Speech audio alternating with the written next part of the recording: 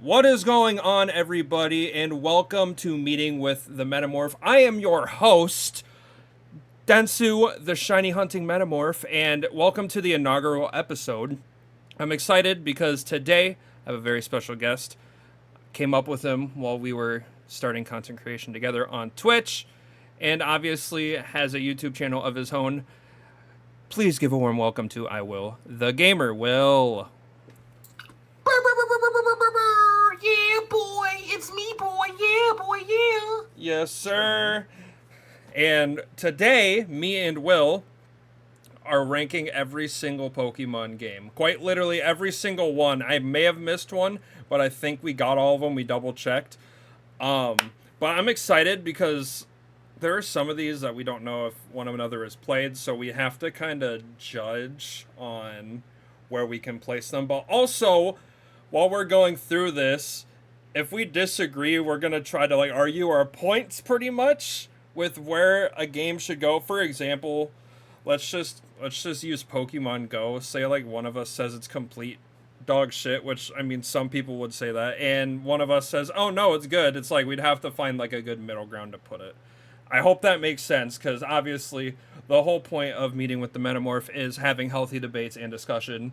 And of course, I hope you guys enjoy and get on the discussion in the comments. And without further ado, I guess you ready to start this, Will? You ready? Man, listen, I'm very excited. Pokemon is fun regardless. No matter how we place these things, man, these games are taking a part of our lives. Yep, that's true. We both started on Twitch with Pokemon, so it's pretty awesome to revisit. And also, this is a celebration because I'm starting an egg lock. Don't know the date we're starting it, but I'll have that posted on social media, whether that be X, Instagram, or Discord if you're in the Discord server. But let's go ahead and get started. You ready to get started?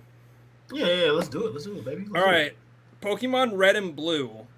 So we're going in release order. Red and Blue is first. I never played it before. You haven't played Red and Blue? I'm just playing. I was gonna say, whoa. So, personally, right?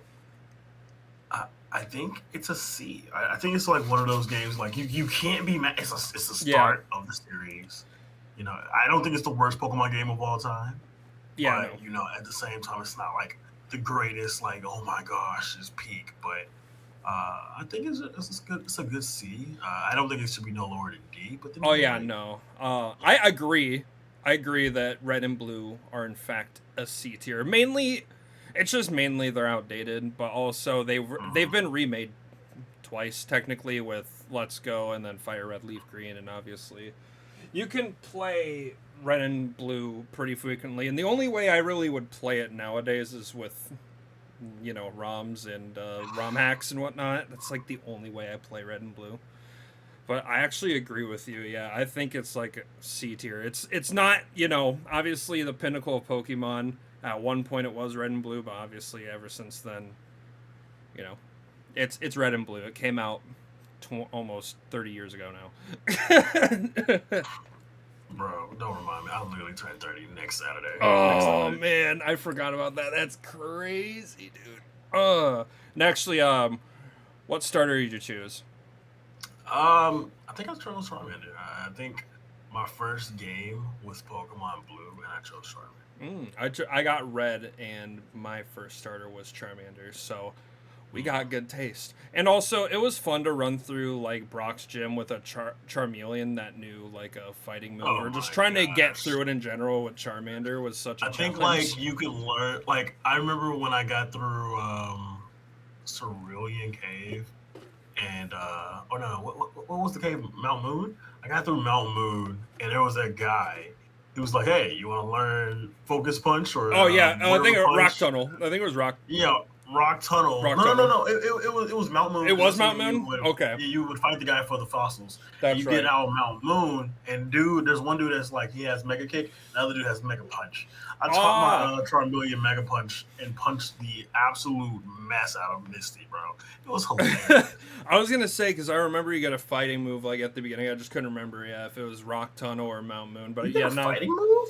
What? yeah, through like you can get a. I think it may have been Fire Red and Leaf Green, but I just love to charge through it and try to get through with Charmander. That's Otherwise, I'd grab an Oddish and evolve it into Gloom I as think fast as I in could. Fire Red Leaf Green. In Fire Red Leaf Green, It it's might have been move Metal cool. Claw.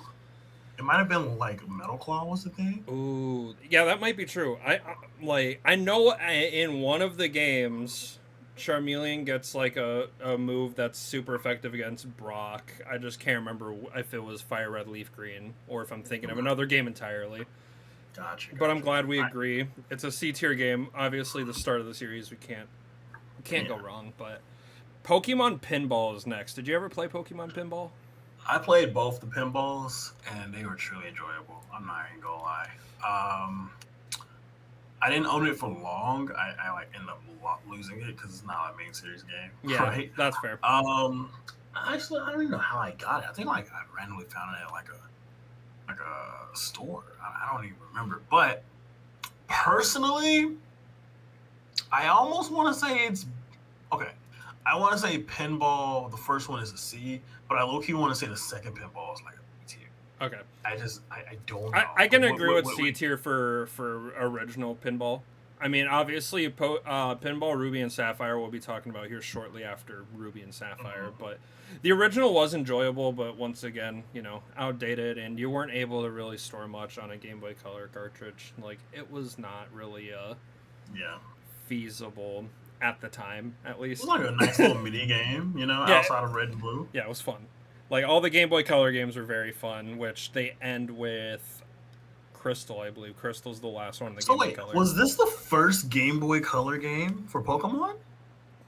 Red and for a Game Boy Color, yes. Yes, it was the first color game because Red and Blue did not have color. I believe Pinball was the first. Otherwise, it may have been remade in color. I'm not 100%. I know Yellow, though, is completely in... It wasn't specifically made for the color. I remember that specifically. But Pinball, I think, was specifically for Game Boy Color. So, yeah, I think it is the first one. Oh, Pokemon Snap is next.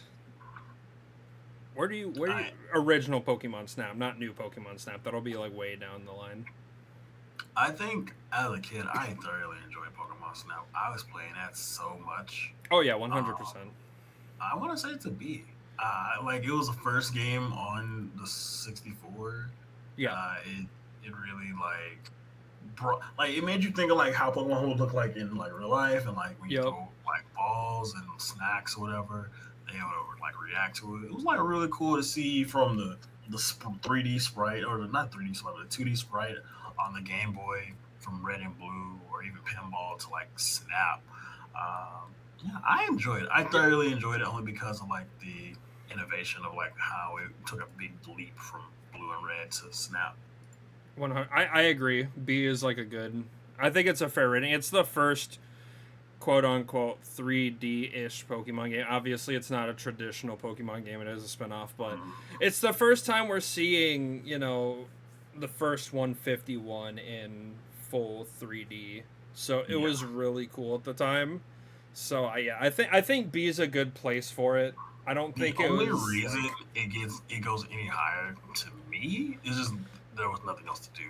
Like, I don't remember if there was a plot. I just know that you just walked around throwing balls and... Yeah, like, there was, like, a little bit of a plot. It wasn't, like, too in-depth, but also it's, like, obviously it's kind of like an on-rail shooter, so it can get boring pretty easily, and that's how I felt with new Pokemon Snap. Once we get down to that, I'll have some thoughts on that, but original Pokemon Snap I actually enjoyed more, so I think B is a good place for Snap, specifically, and I remember playing it a ton with my sister, so it's got a little bit of a... It's got a bit of a piece, yeah. Ooh, Pokemon Yellow's next, and I honestly, just because it made some improvements, I would put it in B over red and blue. I think B is kind of perfect. Even though you're forced to get Pikachu, you're also able to get Charmander, Squirtle, and Bulbasaur. So it was the first game where you could have all of the starters unless you like traded with a friend. I think it's B tier. Here's a fun fact. No, I don't think a lot of people knew this, but you could actually box Pikachu pretty early. Really? Yeah, I think like after the second badge, you can box Pikachu. Dude, that's actually nuts. I didn't know that. I haven't played Yellow in years. I used to play ROMs of it because I obviously getting a Game Boy Color and Pokemon Yellow is almost, well, it's not impossible, but it's expensive. So it's like I've ROM hacked it many times and played it. But like the last time I actually had a physical cartridge, it's like I didn't actually know that. I never tried boxing Pikachu. I was just like, screw it, let's use Pikachu all the way through. Let's be like red. So, but I think it's B tier. That's where I would put it. Okay. I think Because I can put it B tier. Otherwise, I mean, I can understand why it goes in C tier too. It's like because it's still Gen 1. so. It doesn't go any lower than B, but I think there could be an argument for A, only Okay. because first color game for Pokemon. Well, even though it was like, yeah, it was first color game. You get to get all three starters. Like, who didn't enjoy that as a kid, right? Yeah. You get the fucking Team Rocket. Now, was there anything different in post game? No, not at all. No, nothing. Right? It's exactly the But same. it was a really cool game. It was a really cool, like just like Emerald, Platinum, Black 2, White 2, right? Yep. But yeah, I don't know. I definitely, I'll let it be in B. Yeah. I think B's fine. Yeah, I was gonna say it's the first third version game, so it was kind of nice, and that would obviously, it sets the standard for every game up until like Generation 8. Actually, I think Generation 8's the first one without like a third version, but technically the DLCs work as a third version. But I mean, yeah, I think as the first of its kind of like, you know, third version game, I think it did a very good job. Pokemon Stadium, the first one, technically the I don't second one in care. Japan. I don't care. I don't care. It's S tier. I That's a honestly, game. honestly, I agree, and that's mainly because of the mini games. I could spend hours playing the mini games with friends Bro, and you not get could bored. never be bored of that game. You can't literally like whether You it's could like never. battling or taking any of the challenges on or just playing mini games with friends. Like Pokemon Stadium as a game had so much to offer, and it was very hard to build on top of that. And we'll get into that with Stadium 2 here in a little bit. But Stadium 1 was just a very good game. It's a solid battle simulator, and it's the first battle simulator for the Pokemon series in full 3D. So it did a pretty damn good job. I loved it. I loved it. Like, and then one of my favorite things about the game was the announcer. What's wrong, Pokemon trainer? Oh yeah, he was The like, Pokemon are evenly matched. yeah, like it sometimes you just be like, stop pressuring me. Like I'm trying my hardest, and you just be like chilling there. But yeah, literally, I love Pokemon Stadium. I don't have the what is it, Switch Online expansion pass, but I know in the N64 emulator Stadium is in there, which is really I cool. have that, and I actually have a physical copy of Stadium. Really, that's cool. I love when like when we have like some people have the older games and they have an actual physical copy of it, because with it being a lot of people going towards digital, it's like I still from like almost all I have all of Generation 8 physical, so it's kind of like I like to have them in my hands. I'd rather have them in my hands than just like a download. It just feels more special to like pop the cartridge in rather than, you know, just press a button and play. I just enjoy it because physical is going to go dying out here soon, most likely. But I love Which is physical. sad, yeah. Yeah, I love physical. Physical is amazing. But Pokemon Stadium, once again, my favorite game was the what was it? It was like the oh my, Favorite minigame? yeah, I'm trying to think. My favorite minigame was the Red Retina Race. Rattata race. I was gonna say I know It was the easiest one. I know it was a mashing one. You got the Hypno, you got the Metapod and Kakuna, you have the Drowsy. You have where you're throwing the hula hoops on Ekans. Oh my goodness, the vivid memory. I mean, also I recently played the game recently. That's true. Yeah, you've played it more recently than I have. I remember the hardest game was I think it was Clefairy. The like Clefairy, yeah, it was like yes. Simon Clefairy Says. says, Yeah, yes. Clefairy Says that was so difficult, and I remember like as a kid like playing multiple rounds just trying to win, and I'd get outdone because I have really bad memory when it comes to memory games. So I I'd always have the be worst memory. I understand, brother. it's great. And then of course we gotta move on because we have who knows how many games are down here. Pokemon trading card game for the Game Boy Color. Never played it before. You never played it? Neither have Never. I. So that's the first one. But from everything What I've seen, what happens? What happens if one of us has played it and the other one hasn't played it? Do we have pretty to just go off the other's experience? pretty much we'll put it where we think it deserves to be. I think Okay. that would be fair. But yeah, I haven't played Pokemon trading card game for the Game Boy Color, but I have seen gameplay of it, and I believe it encapsulates like base set, jungle, rocket, fossil, and Yeah, I all of them. yeah, it's like the early Pokemon TCG. I remember Sacred Almighty. He did a ROM hack of this, Oh my goodness. and it was like, or maybe he didn't actually play the original, but he was playing it, and it was like basically intro level of TCG. And you get to play, you get a free deck. It's kind of like starting off with Pokemon, Yeah, Red or Blue or whatever, and you get to the lab or wherever you get to, and the person gives you a deck, I think, and you play your rival, you beat them, and then you just collect cards. I believe. I don't know. I didn't play this. I didn't play it, but when I was watching, I guess it's cool. But look, Pokemon TCG game crawled so Pokemon TCG Online could thrive and fly. yeah, and then now live because they replaced TCGO with TCG Live. So it's the third. Crazy. And we'll get to TCGO and TCG Live later, obviously, when we hit Generation 5, because that's when it started. So, but I do love the TCG. Obviously, a lot of people know I collect cards, Animal Crossing amiibo cards. I collect Pokemon cards. I'm a I'm thinking heavy about collector. selling my cards. Ooh. Yeah, Ooh. I kind of want money, man. So I don't know, man. I'll see. I may not sell like my really good stuff, but I might still sell like the stuff I have. Like Like some my of like the more common, like the uncommons and like the ones that you just don't really feel like Oh something no, like I else. might sell like a Lapras that I have from Fossil, Ooh. or even like a misprint error Vaporeon I have. But Wow. just to see, I don't know. Maybe see if I can get like 200-300 bucks off of my cards at least, and see where we're going from there. And actually, do you But know what your most expensive card you have is? I want to say it could be my base head Vena Ooh. or the Blastoise. I don't think the Charizard I have is very expensive, only because of like probably the damage. But I would have to get it graded Yeah, to see of if it's like course. really worth anything. Yeah, I think my most expensive card is I checked them like a couple days ago. The Cynthia full art from Sun and Moon Ultra Prism, and then a tag team Cynthia and I'm trying to remember her name from. Oh, you got like kind of the recent stuff from Sun and Yep, Moon. they're both worth around 150 each, and then I have a shiny Charizard V from Champ's Path that's worth like 170 at the moment. Yeah, I literally just got like the vintage stuff. Vintage stuff is nice Um, though. I want to get a holographic Dark Charizard just because that was like the card that I had as a kid. I had a holographic Dark Charizard, so I have um, one, and then I have like a non holographic one. which is cool.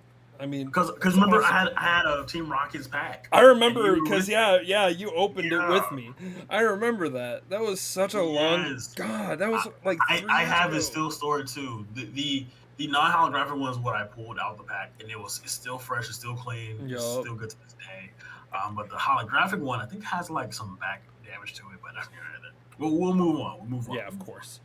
All right, Pokemon Puzzle League. I know this is on the the Switch N64 thing, but I haven't played Mhm. Puzzle League. Let me tell you something. Yeah. This is one of the best party games you can ever play with your friends. Really? I kid you not. This is Tetris meets Pokemon. Oh, and so it it's is it's kind of amazing. like Puyo Puyo Tetris, where you can like rotate the blocks and whatnot, right? Is it kind Yeah, of like and that? they Okay. have it where you can face the eight gym leaders, 1v1 style, or you can face your friends. You can also face the Elite Four. I remember Cruz recently streamed this like a few months back, and he kept getting destroyed by Lorelai, Oh and my you would hear her goodness. cloister in the back, cloister, Oh my cloister, god. cloister, That's cloister, funny. and until this day. And now he hates Cricket Side and now her Cloister. It is crazy. But no, this game is pretty good. I would give it a C. Truthfully, I think it's worth at least a C. Okay. I I I'm so easy to please, it can even get a B from me, but at bare minimum a C. I'm sorry, Dylan's friends who think you could probably deserve higher. I do agree. Right. But right now, I think we have to meet in the middle. I think this is probably going to be C for now. Unless we go back and think about it, but Yeah. this is definitely C because this is such a like I don't know if people like ever had like a real good Pokemon night with your friends. Like I was blessed to have friends that play Pokemon back in the day. And Yeah. we would play Red, Blue, Yellow, Snap Stadium, and Puzzle League, brother. Yeah, see, Brother. for me it was if any because I mainly started playing when the DS came out, when Diamond and Pearl launched. But I had played Red previously, but I didn't have any friends who obviously everyone's moved on to like at the time Emerald was the latest main series game. So it's like I didn't really have anyone to connect with until I got Pearl version. So I finally started having those experiences around Generation 4, and that is one of the reasons why it is my favorite. We'll get to Diamond, Pearl, Platinum Okay. later, but yeah. Yes. But here's where I have a controversial take. We got Gold and Oh my Silver. gosh, here you go. You're gonna put any D's here, aren't you? I personally think it is the worst of the mainline games, Oh next my to gosh, the here we worst. go. Here we I go. just Here we I wasn't go. huge on it. Is this it's cancel 2.0? Y'all some haters, bro. Well, No. no, it's like This is Cruz take. Oh, none of the gym leaders use any Johto Pokemon besides Jasmine with Steelix. Steelix is basically Onyx. Like, bro. Listen. This game was ahead of its time. Okay.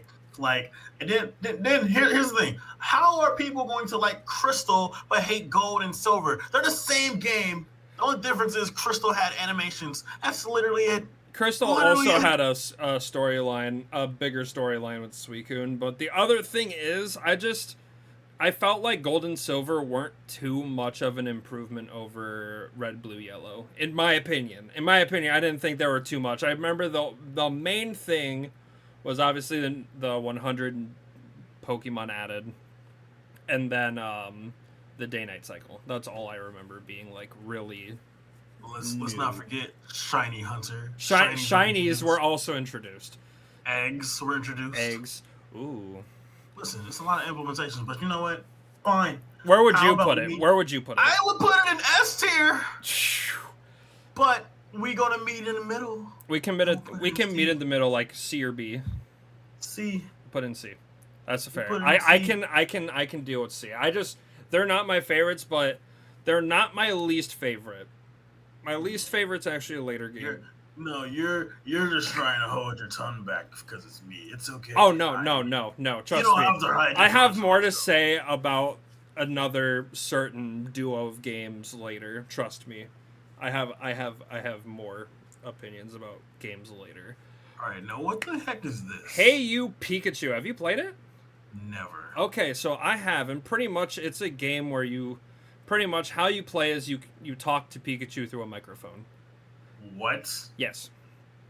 As in, you like would go on little adventures and Switch? walks and whatnot. For the 64? Correct. It had a little attachment you would attach on the back of your N64 controller right in the memory pack spot, and you would talk through the microphone to talk to Pikachu. It was interesting. I mean, I don't have too many vivid memories with it. I mainly play it with my cousin because he had it, and we'd go over to his place, and we'd mess around with it and laugh and say stupid stuff into the microphone. But personally, for me, just because the mic didn't work much, I would probably put it in D tier. The microphone that came with it was really bad, and sometimes you wouldn't like. I bet it didn't make that much money. It wasn't as popular, and obviously, this is also the last N64 game before this. Obviously, was Puzzle League, and then Stadium right before that. So it's kind of like, oh, it had competition, but it wasn't really my favorite when it came down to like the N64 Pokemon games, which I believe we only have one more of those, and that's Stadium 2 coming up in just a couple. But I wasn't the biggest fan of Hey You Pikachu at all. Pokemon Puzzle Challenge. This was on the Game Boy Color. I've never played it. Never played it. Okay, so we can, thankfully, I mean, it's kind of hard because most of the people I was around had the Game Boy Advance or the DS at the time. I would imagine it's hard to follow up with Puzzle League and you're like on the Game Boy Color. Yeah. Like again, the 64, you have all that vibrant color, the animation on the 64 and the power it could have back in the day. Yeah. Versus just being on the color. It just gives me old school Tetris. Yeah. I was going to say, if you've never played Puyo Puyo Tetris, by the way, it's a lot of fun. And it's another puzzle game that I love puzzle games personally, like Tetris, Puyo Puyo. I'm trying to remember. Bomberman was actually a lot of fun back in the day, too. And I did like Pokemon Troze, which is actually coming up as well. I love Troze, and then Shuffle also is a thing, too. Oh, brother. But we'll get to those. But now we got Pokemon Stadium 2. This is peak. It should be right there next to Stadium. Next to Stadium. Low key. If we have to kick one, I will put regular OG Stadium in A and Stadium 2 in S. But I think they both could be in S. Okay. I don't remember too much from Stadium 2 because it's been a long time. Great. The battle. I think this is like they didn't introduce doubles, but I think you could like do something double with your friends online. Also, my roommate is coming back, so if you hear the dogs, I'll just end up like muting. But just let you know. Oh, that's fine. But I'll go ahead and take your word because I haven't played it in so long. I just remember the Generation 2 Pokemon being added. Also, forgot to mention this about both Stadium 1 and 2. You could connect Red, Blue, Yellow, Gold, Silver, Gold, and Silver to these games. By the way, I think you could connect Crystal as well once it came out. Mm-hmm. But, yeah. I was gonna. You can actually send your Pokemon to those games in battle. Yeah, and that was the cool part. Like you'd be like, okay, bet, meet me at the house, bruh, with the 64 on Stadium, bruh. Oh my gosh, take me back. And battle simulator games are probably like they were some of my favorites growing up. So having both stadiums was a blessing as a kid, and like having friends who had Stadium 1 and 2. So. I honestly really love Stadium 1 is where most of my memories are because Stadium 2 I only played a couple of times, so I don't have too much of an input on it. Okay, Pokemon Crystal, I'm gonna say I'd probably put it A or B. I'd be fine with that. This is my problem. Okay. Gold and Silver's in C, but it's in A. Crystal's in A. It's the same game, but no, I agree. You agree? Would you want an A or B? Which one do you think would be more deserving? Because Crystal hard carries Gold and Silver. It carried Generation 2 entirely. I'm not mad. I would be willing to put it in A because I think it deserves A. Yeah, you can go ahead. You can put it in A. First and one. Plus, we did have like I think the first post game with that was the first. It wasn't a Battle Frontier, but it was like Battle Tower, I think. Yes, I think it was. Yeah, because I think Crystal was the first one to implement a post game besides Kanto. Kanto, I mean, technically, what you could say, quote unquote, counts, but after Red, there was really nothing to do in Gold and Silver, from what I recall. Yeah. Because obviously, they made improvements in the remakes, but we'll get to the remakes later. Because I do have good things to say about the remakes. I love Heart Gold and Soul Silver. Okay, we're officially on the Game Boy Advance. We've made it. Ruby and Sapphire. Peak, bro, peak. I'm saying S tier for Ruby and Sapphire. I'm glad you said it. Oh my gosh. So I thought I was gonna have to like compromise and put it in A. Oh my god. No, Ruby and Sapphire are some of my favorite games in the series. I was always Team Ruby. I love Groudon. I think it's great. The main things that I love about Ruby and Sapphire, I love Steven Stone, obviously. Him as a champion, amazing. He is fantastic. The designs of all the Pokemon, fantastic. Like, I don't think they missed with a single Pokemon in Generation 3. I don't think they missed one time. Like, and also gym leaders, other characters, rivals, they were all very well done. And this is for a game that came out now like 20 years ago, because it came out in 2003. It just turned 20, I think, a few weeks ago. Funny enough. But Ruby and Sapphire, I do have, like, after Diamond and Pearl came out and they introduced migrating, I did end up playing through Ruby. So it was a lot of fun. I do love Gen 3. Gen 3 is the cream of the crop. I do love it. I have a fond memory of Gen 3. It was my 10th birthday. Oh, boy. And it was at Chicken Cheese. I remember my dad got me this like fresh suit. We were just kicking it. And he gives me a gift bag. And Pokemon Ruby boxed up in a gift bag. I was so elated, bro. Because the other Pokemon games he'd give me, like, he got it from like a, not thrift store, but a pawn shop. Yeah, a secondhand store. Yeah, he would just hand it to me, but he bought this brand spanking new. I was so excited, bro. This was the first game and the last game he bought me, because the other games I got on my own. Yeah. From Gen 4 up. But I was so fucking excited to get this game. Dude, they were fun. And Gen 3... During my party, I played it mid-party. I didn't even... You said, I don't give a damn, man. I'm playing this right now, bro. Also, another thing important about Gen 3 was the first one. It's the oldest game back you can go minus Virtual Console. Like, you can have a Pokemon from original Ruby and Sapphire on the cartridge. So, it's the oldest you can go with transferring up to Pokemon Home. Fun fact. You cannot get... Obviously, you can't get stuff from Red and Blue and Yellow without manipulation. Same with Gold, Silver, Crystal. But yeah, oldest is, in terms of physical, the oldest games you can go back and transfer from are Ruby and Sapphire. And I think it's Ruby and Sapphire. You migrate it up to Gen 4, then you bring them up to Gen 5. They go into Bank, and then they go into Home. I think they get the title of like time traveler or long traveler or something like that. Yeah, they get like a time traveler medal. And then also, if they're from that Hoenn region, they won't have a regional identifier. Because I know with ORAS it was the I believe it was a hexagon, because it was Generation 6, and that's what X and Y was as well. So yeah, those are the oldest games back you can actually transfer from. It's amazing. Okay, Pokemon Pinball Ruby and Sapphire. I know we talked about it a little earlier. Where would you personally rank it? Because I did enjoy it more than original. I've played it. I think it could go B. B? Yeah, I agree. I think that's a good spot.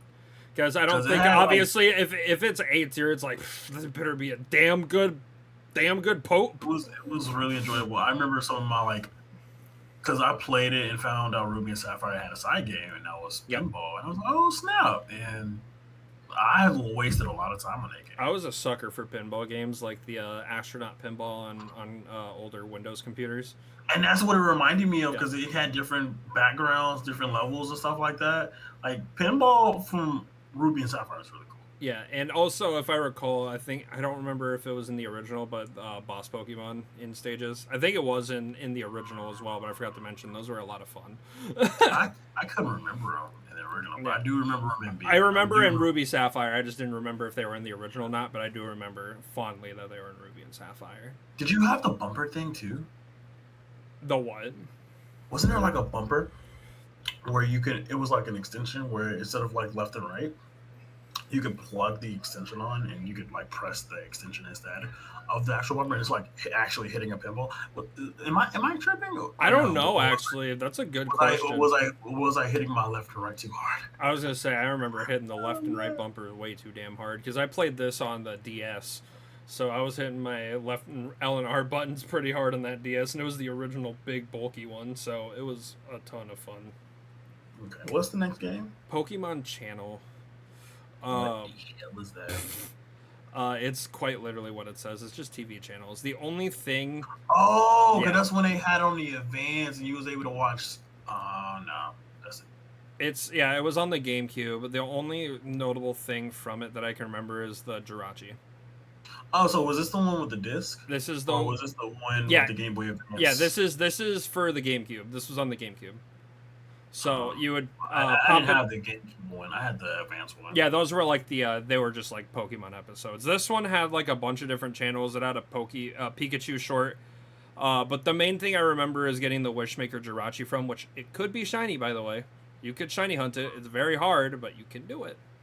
But personally, I would just put it in D because it's not really too much of a game rather than it is entertainment. That's just me. It's really just entertainment rather than a game. It's not too much of a game. But I mean, have you played Pokemon Channel or is it just me? No, Okay. again, I had the little cartridges from the Game Boy Advance Yep.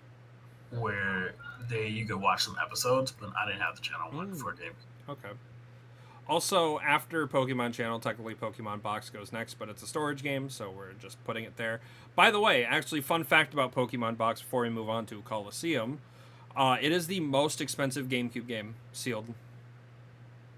What? It is the most expensive GameCube game. Yep. Damn. It is very rare. It is very rare to find, and it is worth a lot of money. Like worth a ton of money. Imagine having like your hands on one of the most expensive games in the world.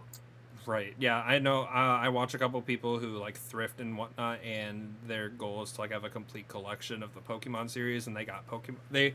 They've run into Pokemon Box a couple times, and it's just so expensive, so expensive, and also expensive is Pokemon Coliseum, the next game, because I know it goes for a couple $100 opened. That's All open. right, this is where I tell the truth. You Okay. ready? I've never played this game before. Really? You haven't played Coliseum? I'm so sad. I feel like part of my childhood was missed out on. I didn't play on like going GameCube. I didn't play this Yep. Mario Sunshine. Um, there was literally one game I played on GameCube, and it was Mm. Wolverine. Don't know why. I I remember couldn't that tell you. game. And I remember. Oh no, it wasn't the GameCube. It was my Xbox. Xbox, okay. I played the GameCube on my cousin's GameCube, Yep, that makes sense. Yeah, and he didn't have Coliseum. He didn't have any of the Pokemon. He just had Wolverine. So that's what I played on the GameCube. I do That remember was that. my only interaction on GameCube. But I know Coliseum deserves at least being up. I know that for sure. I So, know it's probably a lot of people's favorite like game to this day. thankfully, I have played both Coliseum and XD, so we're covered on the GameCube side, but Coliseum's easily an S tier. It Yeah, was the I first fully 3D Pokemon story you could experience. It was a lot of fun. It introduced Shadow Pokemon. The entire game is played through doubles, so you had to have two Oh, that'd Pokemon. be crazy. It was a ton of fun, and you could shiny hunt in this game as well. It's only through shadow Pokemon, but Oh, it is so much fun, and you actually play like a criminal technically in Coliseum, and you literally go around snagging people's Pokemon the entire game and purifying because of them the and shadows, whatnot. right? Yeah, it was a lot of fun, and I can't remember. I think the last boss has like shadow. I can't remember if this is XD or Coliseum, but they had Shadow, either Shadow Moltres, Zapdos, or Articuno, depending on what path you What took or EV you something. had? Well, you're guaranteed. I think. I'm trying to think. Oh my god, because I think you're guaranteed Umbreon and Espeon, and I want to say that was Coliseum, but I could be wrong.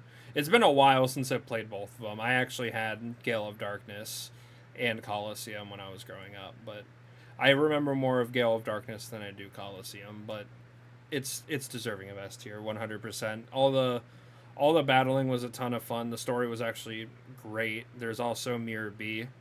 You can ask a lot of people. Mirror B is the guy. He's got a huge afro. His theme smacks. He's in both XD and Coliseum, and both games don't miss. But I'll get to XD in a little bit here. But Okay. just know, Coliseum is in the right I spot. believe it. Coliseum's in the right spot.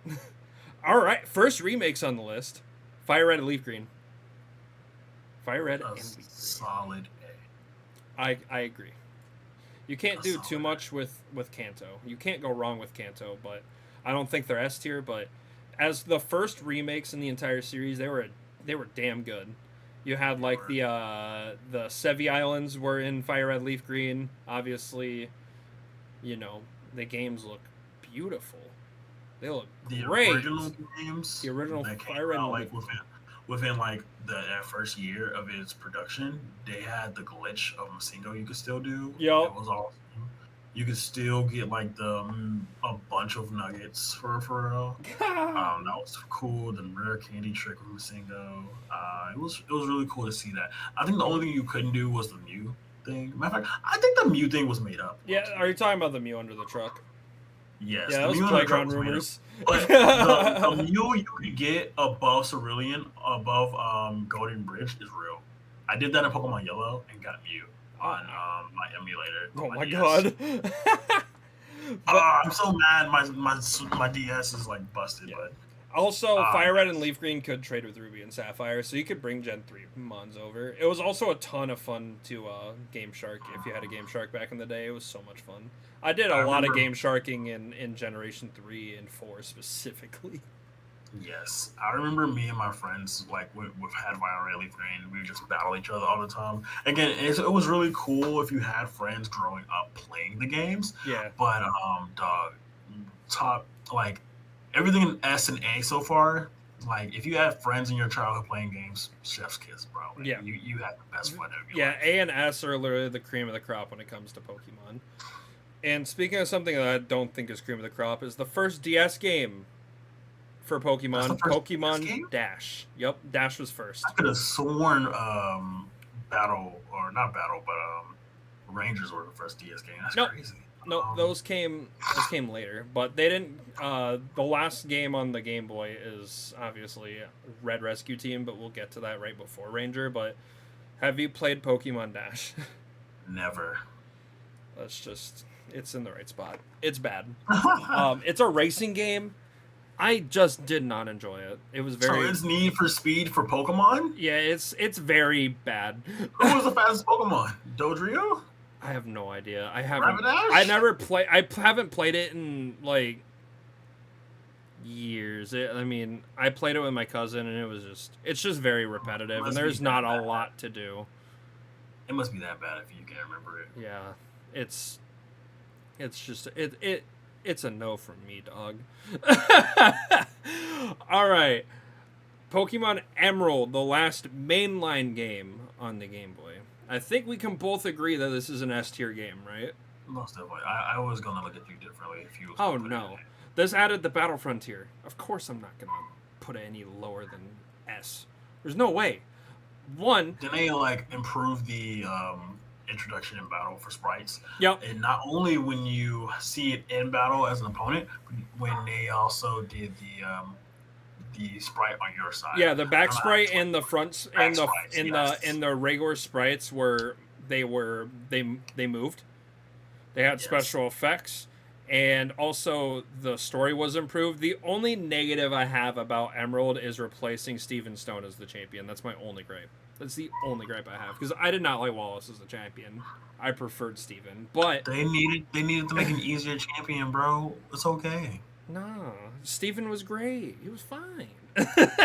But Emerald improved on Ruby and Sapphire and did an excellent job at it. It shouldn't be any lower than S. And if there's someone who disagrees, you can obviously let us know in the comments. But if you think it's below S, just know that you're wrong. 9 out of 10 people enjoy Pokemon Emerald. There's that one person. I hate Emerald. I hate it. Golden Silver's better. It's so much ass. Yeah, literally. Like, there's got to be the one person who's just like, absolutely not. Speaking of like 9 out of 10 people, you know those like infomercials like 9 out of 10 doctors recommend toothpaste. Yep. That one doctor is like, no, this is horrible. Our teeth should grow perfectly fine. It's like this toothpaste sucks ass. Don't buy it. Please don't. Swear. And then the other 9 are like, yeah, it's really good. Speaking of really good, now I can talk about XD Gale of Darkness, and it's definitely deserving of the S tier. Not only do they have fucking Shadow Lugia, which got a special design, by the way.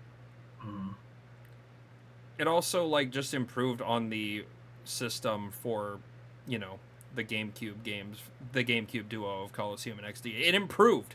It improved the system.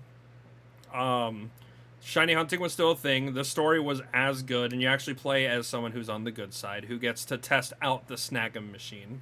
So you start out by testing it, and then you go on another adventure through the Ore region trying to stop the evil team. I think it's Team Snag'em is what they're called. That is crazy. But pretty much the main goal is to save Shadow Pokemon, and obviously the main Pokemon in the game is Shadow Lugia, and it looks gorgeous. And Pokemon XD crawled so Pokemon Go could fly. Oh my god, it's fun. It's funny because there was a lot of backlash when they didn't make Shadow Lugia look like that in Go, but it's probably something to do with like a copyright, I would assume. But Pokemon does technically own Lugia, so I don't know, man. Like, now, truthfully, kind of dumb. I never played Pokemon XD Yellow Darkness. It's worth it. It's worth it. It's. I believe it. I think like both the GameCube games, XD, Coliseum, peak games, top tier. I don't think no one would do Oh, you could also, by the way, you can actually get Pokemon from these games and transfer them up. It is possible. Yeah. You would have to do it through Pokemon Box, or I think you could also transfer them into Ruby and Sapphire via a link cable thing. You know what I'm talking about, the thing that attaches to the back of the Game Boy.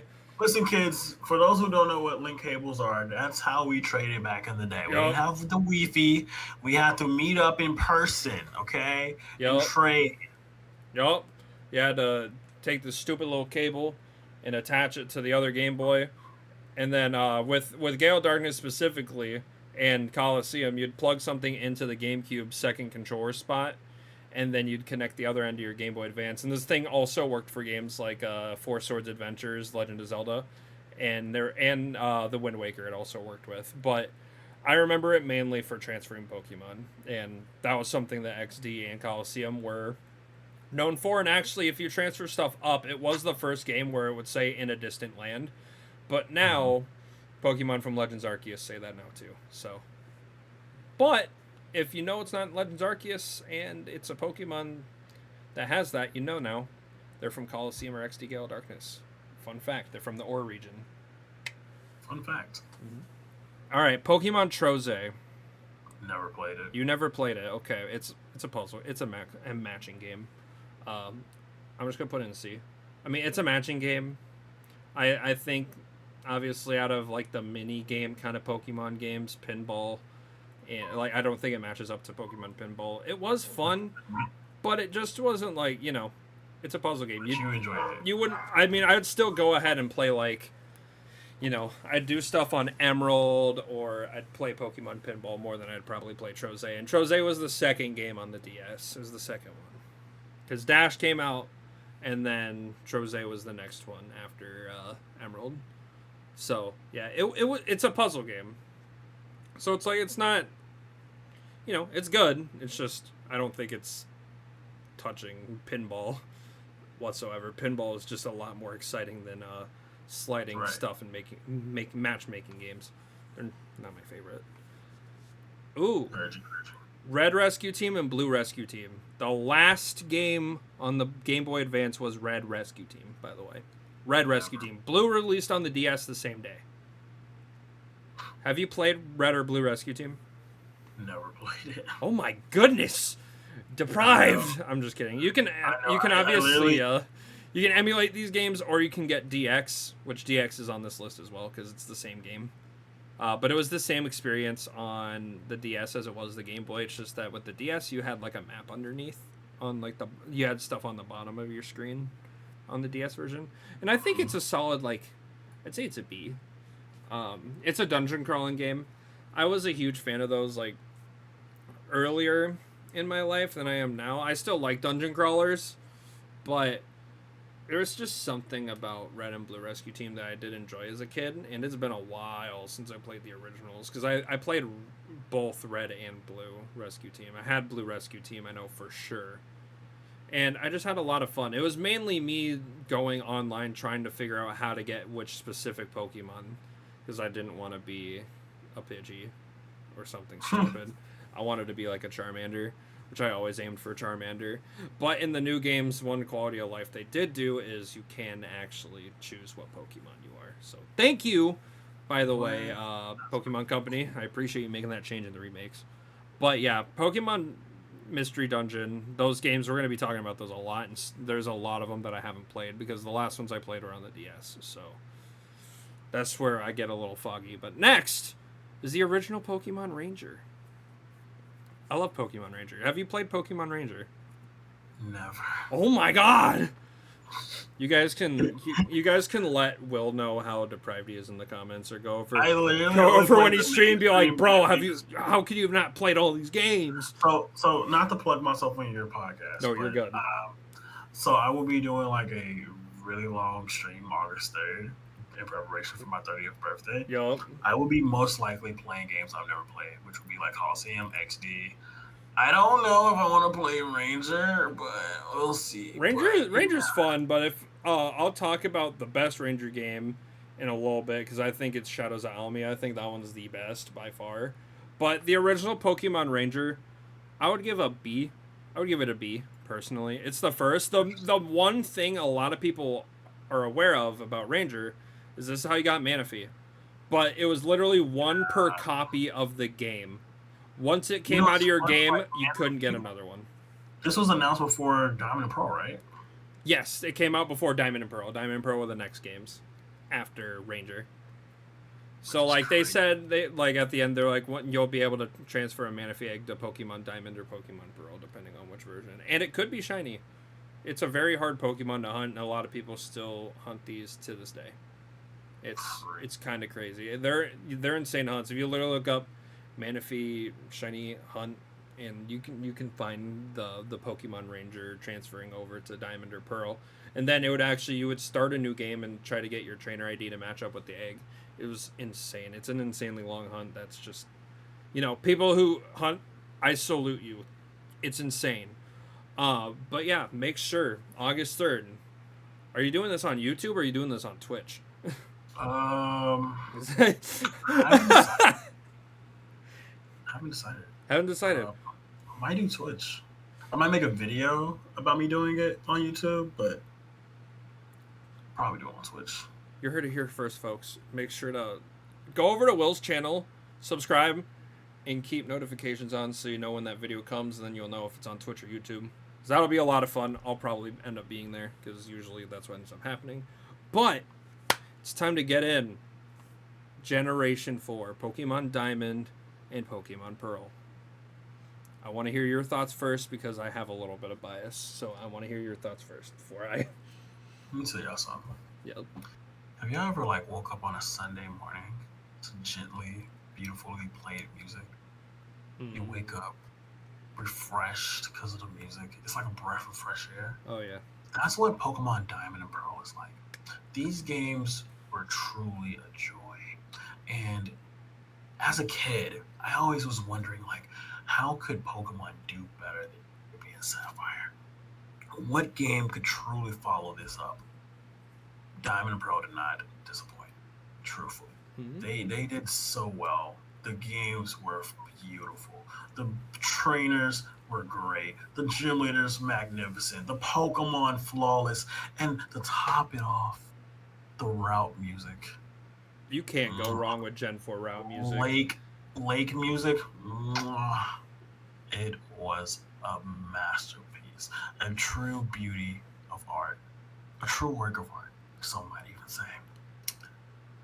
I would be so remiss if I personally didn't put my opinion and said that is S tier. But I would understand if it's an A tier. I will compromise and put in. You already know this. This is my favorite generation of Pokemon games, and specifically for most of those reasons. And obviously, the best champion was introduced. Cynthia was introduced. You had all the new generation evolutions for older Pokemon like Gliscor and Yanmega. You had Frostlass was actually one of my favorites. Gallade. Oh my goodness. You had so many good evolutions and Pokemon just in general come out in these games. And there was like a multitude of legendaries. And even on like a competitive standpoint, this is the first Pokemon Championship Series where That's you could true. compete at regionals. You had Ray Rizzo, three-time world champion, 2009, 10, and 11. I think 11 was black and white, but that's neither here nor there. But still, bro, you had Wi-Fi battles that was so prominent then. You couldn't do that in Ruby and Sapphire. Like Wireless trading was also first introduced in Diamond and Pearl as shout well. out to The Global GTS. Trade Center too. Yup. Yeah, Global Trade Center was introduced, which it's still around to this day, but it's through Pokemon Home, by the way. But there was a GTS or a Trade Center specifically for Brilliant Diamond and Shining Pearl. It got added a like a year after launch, but they still tried to make sure like they matched the originals. Because honestly, You know what's crazy? I gave up on it in Brilliant Diamond Surfer. I was like, all right, it's not worth it. I'm just gonna stop playing. we'll get to those games later, obviously, because I already know. Diamond and Pearl, some of the best games. I remember I did a tier list of my favorite starters of all time. Obviously, to me, I think Ruby Sapphire has the best starters of all time. But, bro, kid you not, Gen 4 is up Diamond there, and too. Pearl, Gen 4 is literally 2. Actually, I forgot to ask. For Gen 2, who'd you choose? Gen 2? Yeah. Cynical. Okay, so we're on the same page there. And then Gen 3, I don't know who you chose. Cause I chose Torchic, but I also had Sapphire, and I chose Sceptile. Oh wow! So I'm the Mudkip boy here. Sweet, yeah. Mudkip is my favorite. Like, I usually lean towards fire types, but Ruby and Sapphire was the first time I broke that trend because Swampert is a god. I love Swampert. And then obviously in Diamond and Pearl, I chose Chimchar. It's one of my favorites. Yeah, Chimchar gang. Yeah, you could not go wrong with Chim. You couldn't go wrong with any of the starters at all. They were all really, really good. Because they all countered each other too, forwards and backwards, whether it be fire against grass. You could also go backwards, where Torterra could use a ground move and really, really, really mess up Infernape, or Infernape uses a fighting move on Empoleon. Like, you could actually do damage to the other starters, and it was crazy. It was great. I love them. Alright, the first game on the Wii, Pokemon Battle Revolution. Now, I've never played this, but I heard it was such a fall from grace compared to XD Coliseum. Well, it's a battle simulator. It's a battle simulator. That's why. Yeah, I know a lot of people enjoyed it though.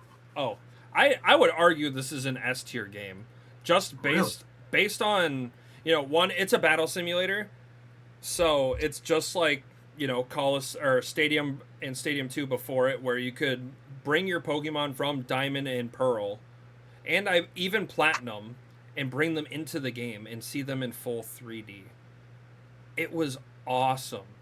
And they had like unique animations, and all the trainers were very difficult. You could shiny hunt freaking costumes in this game. What? Yes. Absolblog's Pokemon has shiny hunted a shiny Groudon costume. You can find it over on his channel, by the way. It's a crazy shiny hunt. But also Battle Revolution, just like, it was the last battle simulator we got, and that it's very, very sad because I spent so many hours on Battle Revolution, but I would literally put it up there with like Stadium and Stadium 2. It did have mini games, but it's been so long that I cannot recall most of it. I just remember having so much good nostalgia with Battle Revolution, just going over to my friend's house, and it was like, hop on the sticks, but instead of hopping on the sticks, really, you freaking just upload your Pokemon to Battle Revolution and just battle. It was fantastic. This is a really crazy thing about too, like the fact that the Wii was a thing before the DS console was like ended. Because there's like so many DS games still, and that was kind of like the same with, I want to say GameCube, or whatever game came before Advance, whatever system came before Advance. I was like, yo, what? Yeah, I was gonna say, like, it's crazy because the Wii came up really fast, and also, fun fact, the Wii is backwards compatible, so you could play GameCube games on the Wii. What? Yeah, it had a little slot on the top where you could plug in GameCube controllers, if you didn't know. It was very useful for Super Smash Bros. Brawl if you wanted to use a GameCube controller rather than the Wii Wiimote.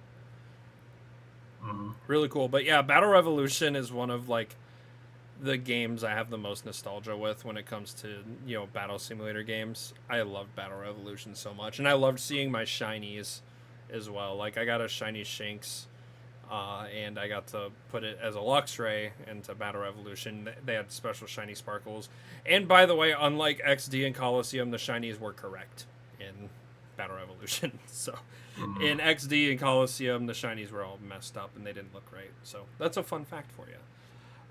Explorers of Time and Darkness. You said you haven't played any of the Mystery Dungeon games. No. Okay, I have not played these. It's kind of unfortunate, but from what I heard, they're very good. Same with Explorers of Sky, but we'll get to that in a second because I get to talk about probably the greatest of the Pokemon Ranger series, Shadows of Almia.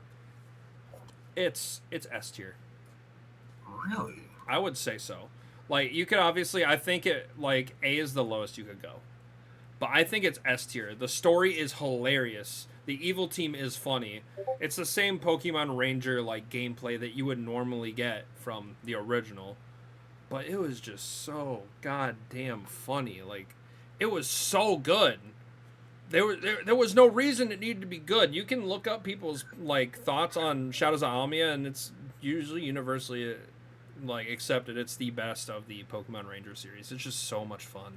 And Darkrai was like the main Pokemon the evil team was after, so of course I'm a little biased there, but I loved Shadows of Almia.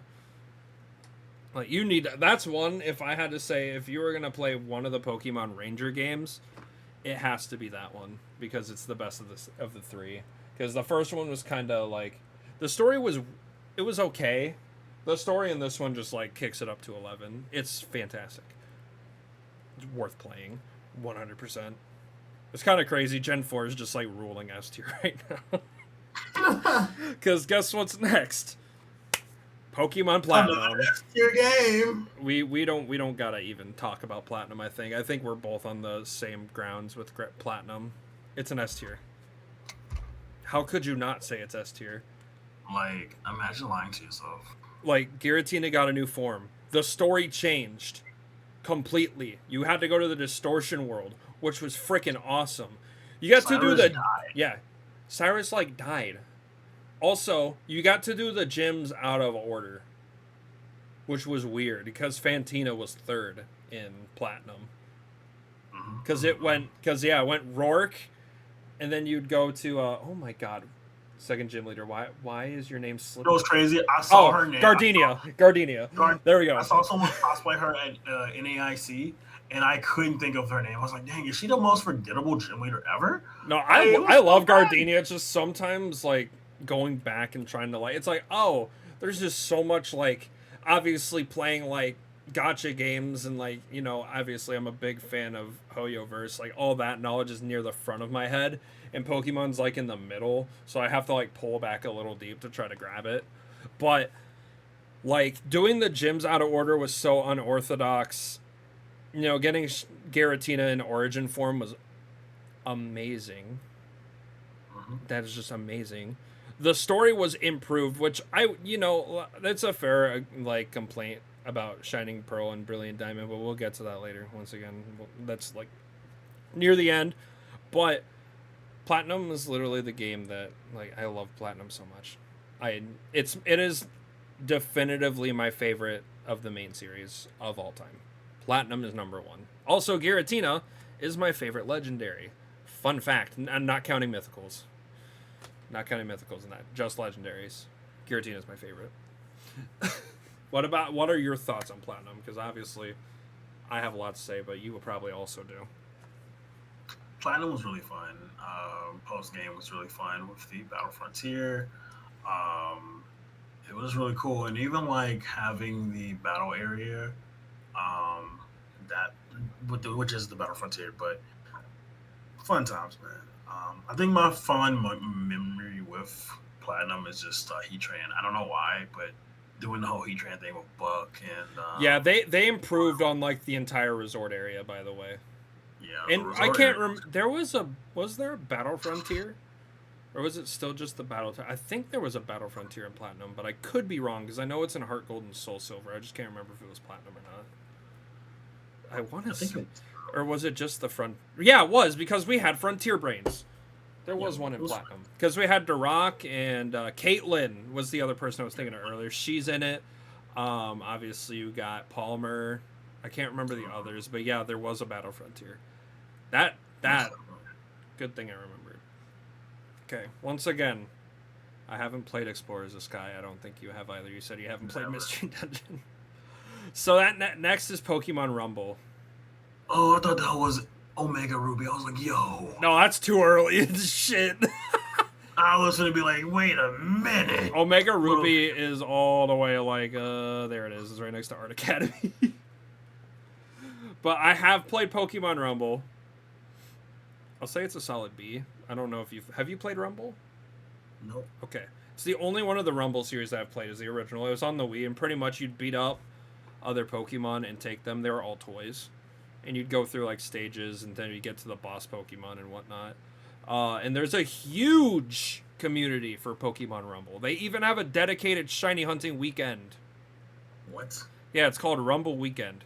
And they literally shiny hunt in Pokemon Rumble. And someone actually modded Rumble to include all the other Pokemon, because it was only limited to, I think it was it was limited to like a couple generations. It was kind of sad. So someone modded the game that you can find. I don't know exactly where, but it literally has all of generations 1 through 4, and you can shiny hunt in the game. It's obviously base 18192, but it's awesome. It's a great game. It's a lot of fun. It's not like something that I would repetitively go back, because shiny hunting has worn me out over the last 3 years. But Rumble is a fun game. I never found a shiny though. I'll say that much. I've never found a shiny in Rumble. But you literally, like, at some point, just look up Rumble Weekend and look up, like, either Supreme Arcanines or Absol blogs. They have a ton of videos about Rumble. It's a fantastic community they got. Honestly. Okay. Pokemon Heart Gold and Soul Silver. Take it away. They are A tier games. A? Listen, I would love to put them in S. Okay. But I don't think I've enjoyed them as much as I did Diamond, Pearl, and Platinum. That's fair. Personally. I think it was so, like, again, it's a remake, right? Yep. And if we're even going to compare it to, like, Emerald, and again, we can both agree Emerald is the best remake. Emerald and Platinum? Yeah, they're really good third version games, yeah. Better than Crystal and Fire Red Leaf Green. Heart Gold Soul Silver is an easy A, but it's not an S tier game. Because if it's an S tier game, then we have to make Gold and Silver B or better. That's fair. I can agree with that. The one thing I will say, here's a fun fact. The Iowa State University did a study on, like, pedometers and whatnot. You want to guess which one was the most accurate? The Pokepedometer? Yeah, the Pokewalker. It was number 1. And I actually used to use that was another way of trying to get kids active, was the Pokewalker. Which I did have one. The unfortunate thing is it went through the wash. But I just have really fun memories. I actually, the game where I got my first shiny from was Heart Gold. In the post game, I found a Shinx. I'm pretty sure it was Heart Gold. Otherwise, it was either Platinum or Pearl. But yeah, I did get my first shiny around when Heart Gold came out, because I'd revisit the Sinnoh games too, of course. But it was my first experience with Johto, actually, because I played Gold and Silver after Heart Gold and Soul Silver. And that's another reason why I have such a harsh take on the originals, is because the remakes were very well done. And they also did fix a couple things that were wrong with Gold and Silver, which I could definitely tell. You also had, like, the Notch Pikachu ear event, that one. And you also had the freaking Arceus event, where you got to choose one of the... Arceus event was so good. It was really good. With the Sinjal Ruins peak event. It was so good. To combat your argument, though, yes, that the reason Gold and Silver is bad because the remakes are bad, they're supposed to be better. the Oh time, yeah. the technology given. Well, Why yeah. doesn't But be even better? like even so, like just like basic things that Gold and Silver had going on, I just wasn't a fan of. And I think it was mainly, difficulty did play a little bit. I thought Heart Gold and Soul Silver difficulty wise was a bit more tough than original Gold and Silver. You know what's so funny, bro? People are complaining that games aren't tough anymore, but we as kids are like, "This is too tough." But now we're like, back in my day, we Back didn't in need to. my day, yeah, no, I thought the Heart Gold and Soul Silver were a bit more difficult than original Gold and Silver. You can, like I said, this is a show about healthy discussion and debating, and that is why we have hot takes. And trust me, I got plenty of those coming up in future Brother. episodes. But yeah, I love Heart Gold and Soul Silver. I do have a soft spot for them, and they're actually the main reason why I like Ho-Oh so much, because I had Heart Gold and I enjoyed the hell out of it. And unfortunately, my copy got stolen. Fun fact. Someone Boo, stole my DSi and Heart Gold. boo. It hurt my feelings. Let's go right there. I actually did not play the last Pokemon Ranger game. I didn't play it. Guardian Guess Signs? what? Neither did I. I did not play it. Pokepark Wii. I have not played it. Do you want to guess if I played it or not? I'm going to guess no. I did not play it. That's fair. Most of the spin-offs, like some of them, it's like you either played it or you really did not play it, because it is really, really hard to find some of these games and be like, yeah, I played this 100%. But like some of the ones on the Wii were very obscure, and some of them I just didn't play. That was one of them. But now we can talk about Pokemon Black and Pokemon White, the originals, not 2. We'll get to 2 in a little bit, but the Pokemon original Black. racism. Yes, Pokemon Black and Pokemon White. Okay, I'm gonna start this argument. Here we go. I want to put them up here. I may not like the Pokédex. Most of the mons that were introduced into Gen 5, I think, were awful and just filler. But you got one of the best evil teams. You got one of the best rivals in N. And you also got the seasons function, as well as just an amazing story. Probably the best story in all of like mainline Pokemon. Not a lot of people talk about the story, but I like to pay attention to the story. And Black and White has one of the best stories. And a lot of people know me as a Gen 5 hater. Nah, we'll get to my least favorites in a little while, but I think Black and White deserve to be in S tier. I think they deserve to be up there. Go ahead and take the floor. I agree with everything you said. But and again, Black 2 White is going to come up soon. Yeah. But there's a part of me that truly thinks that Black 2 White 2 is better than Black and White. And that's fair. That's a fair argument. And They're I both think it's just really because good. and this is going to be a dumb argument. Yeah. Just because of New Team Plasma, I just think they look cool. I think Corliss was a cool dude, even though he wasn't really a bad guy. He was just a guy that was just getting data for no reason. I don't know, man. It's not like, Roxy or whatever her name is. I mean, the only thing is, though, Black 2 and White 2 are sequels. So they're an own separate. They're not a remake. They are a separate game. Completely separate. So you definitely got to keep that in mind. But as like standalone games, I love Black and White, and that's something that, the only negatives, like I said, a good majority of the Pokédex I was not a fan of, and you were forced to use new Pokemon, which was kind of a turnoff. But getting through the game, it's a lot of fun. It also introduced Double Grass as well for the first time. Besides, obviously, having it was solo Double Grass, like being one person having 2 encounters. And triple battles were the gimmick this time around. And rotation battles. Who was your starter in Black and White? You're going to be so mad. Oh, boy. It was Tepig. Well, at least I don't hate it as much now, so it's fine. But I was an Oshawott gamer.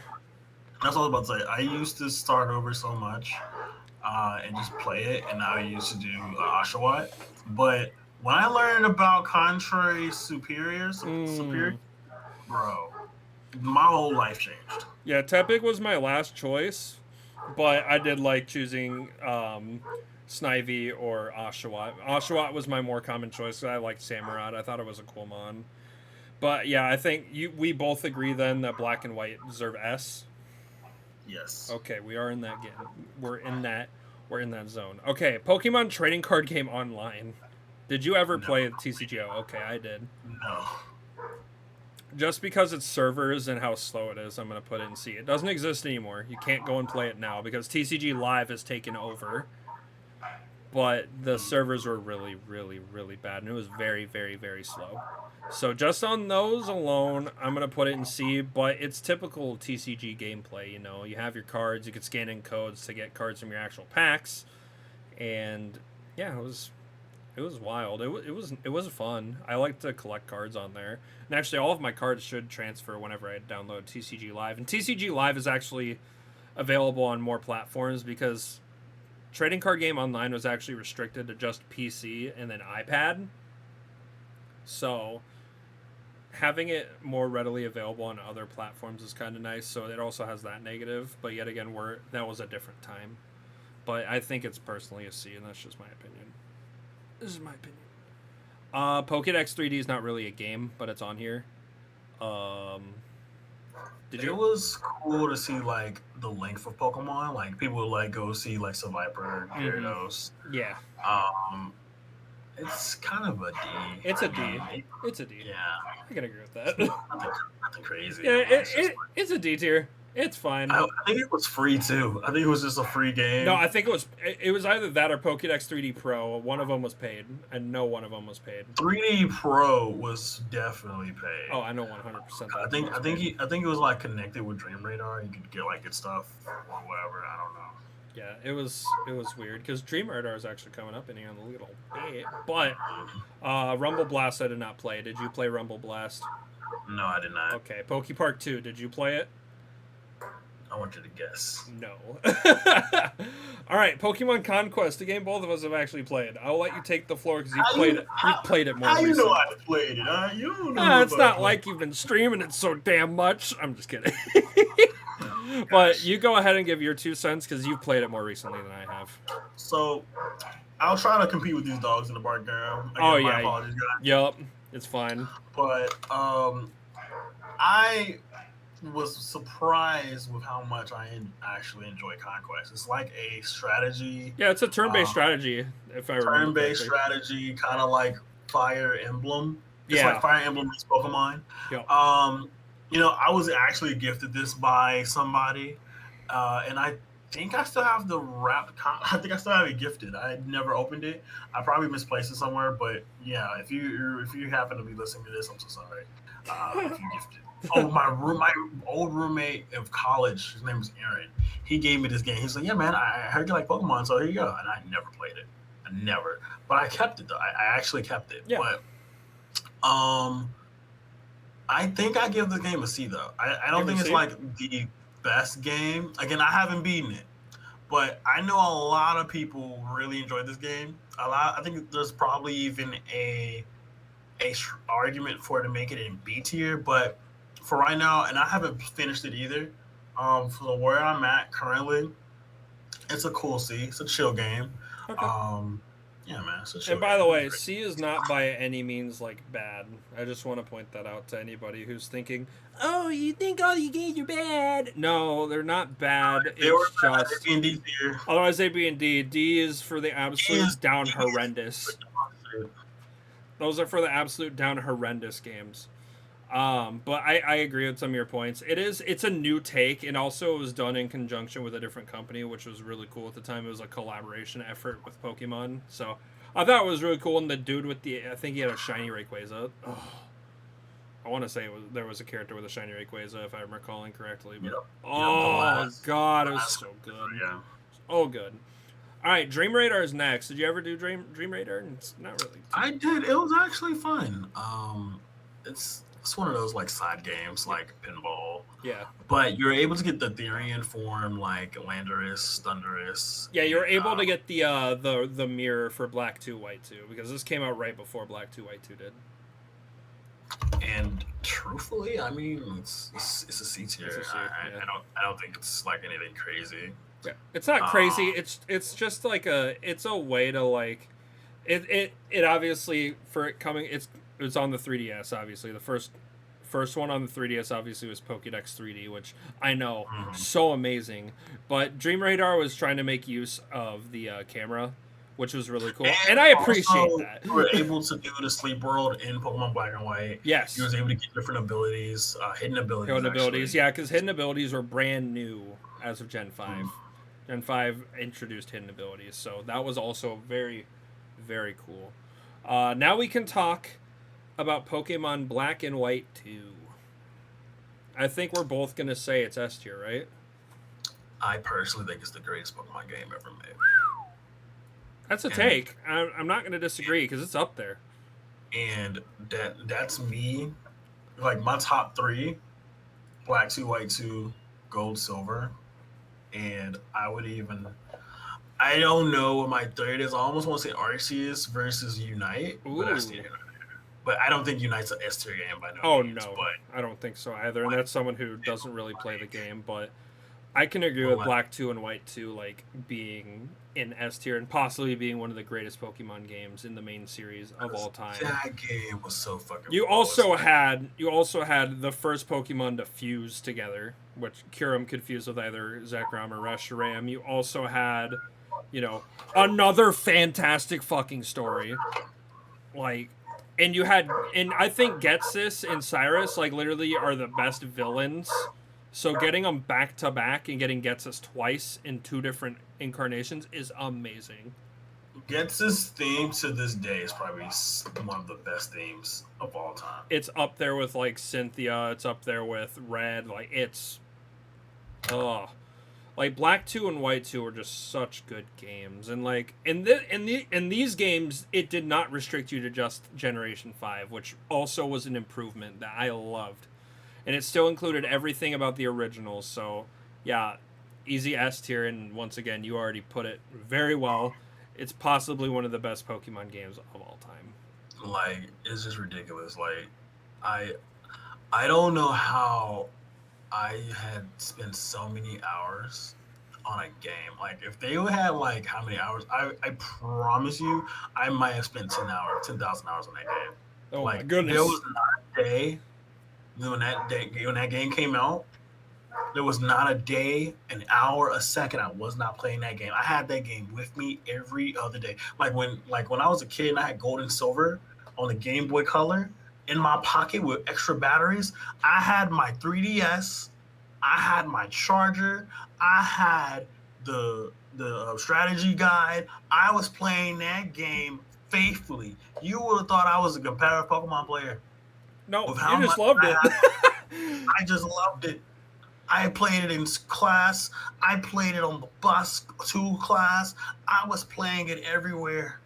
It's a Senior Ditch Day. Game. I think that came out my senior year, maybe 2011. I want to say I was playing it Senior Ditch Day. Yeah, it was like 2000. I think it was 2012.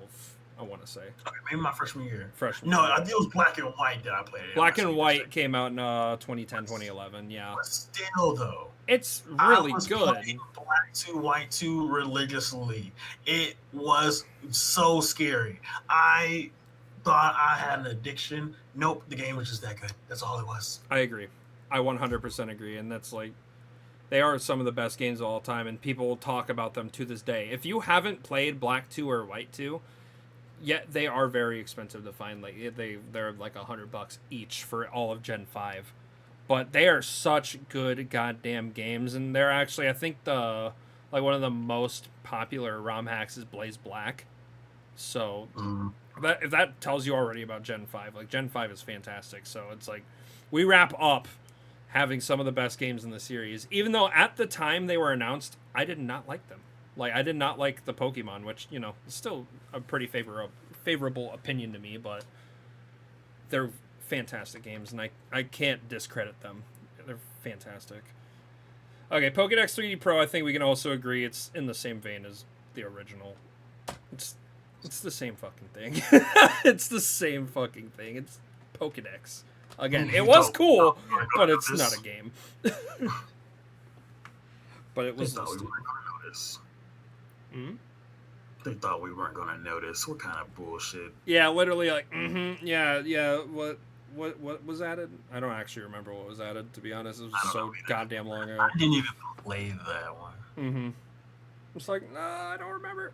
But yeah, it's like, it's another game where it's just, it's there. Mystery and Dungeon, you haven't played, and I know you already said you haven't played any of them. I did not play it either. Rumble U, I did not play it, and I know you didn't play it. Now we're on to Generation 6, Pokemon X and Pokemon Y. I will have you take the spotlight on this one first. You have a spicy take, don't you? Not as spicy as a certain later generation coming up. Interesting. I wonder if I can guess the generation. Anyway, ladies and gentlemen, we have Pokemon X, Pokemon Y. Mm-hmm. This was a game that implemented Mega Evolution. Yep. So all your old favorites from Kanto, Charizard, who had 2 Megas, by the way, crazy. Blastoise had a Mega. Vina. Basically, all of the Kanto mons, with a little variation, later games of Omega Ruby, Alpha Sapphire. Yeah. They had some Megas, but all the Kanto mons in this game got Megas, basically. Like Mega Beedrill, like what the fuck is that, right? I loved Mega Beedrill personally. The only Mega that I had like a strong hate against in X and Y was Mega Charizard X, specifically. I played Y version. I just I did not like Mega Charizard X. I thought it was just kind of lame. Why you ever stand up? Why you just stand up? Mm-hmm. Yep. But there's such a the game was fun. I don't know what to say about it. I think it was crazy. Yeah.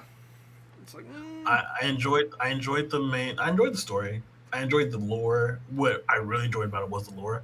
Yeah, I agree with AZ and whatnot. Yeah, 100%. Like low-key, I wish Legends would have did Legends like if we did like a Legends because we need that 3,000-year war backstory, because it even ties into Sword and Shield and talks about the backstory of the war and the Darkest Day. But again, I feel like we got so left out, and I just feel like X and Y are incomplete games, and I think it's a B tier game because of it. Thank God you share the same opinion as I do. It is a B. I think it is a B. I just I agree with most of the points there. I'm also, a lot of people know, I'm a little bit of a hater of Mega Evolution. That doesn't mean I dislike it. I just think there are better mechanics later on. But I think the Pokemon that got Megas, some of them are rightfully deserved, and we'll get to the other ones in a couple games here when we talk about Oras. But I did like X and Y. I did. I thought I did at the time like Yveltal a lot more, and I still do like Yveltal a lot more. It's cool. It's freaking badass, dude. It's a dark flying type. That thing is cool. And Oblivion Wing's a sick move, by the way. Also, Xerneas became one of the most broken legendaries in Pokemon This history. is true. Geomancy Xerneas was disgusting. This is also the first game where the shiny odds were cut in half from 1 in 8192 to 1 in 4096. The first games. Also, Black and White were the first games to implement the shiny charm. I forgot to mention that. Yeah.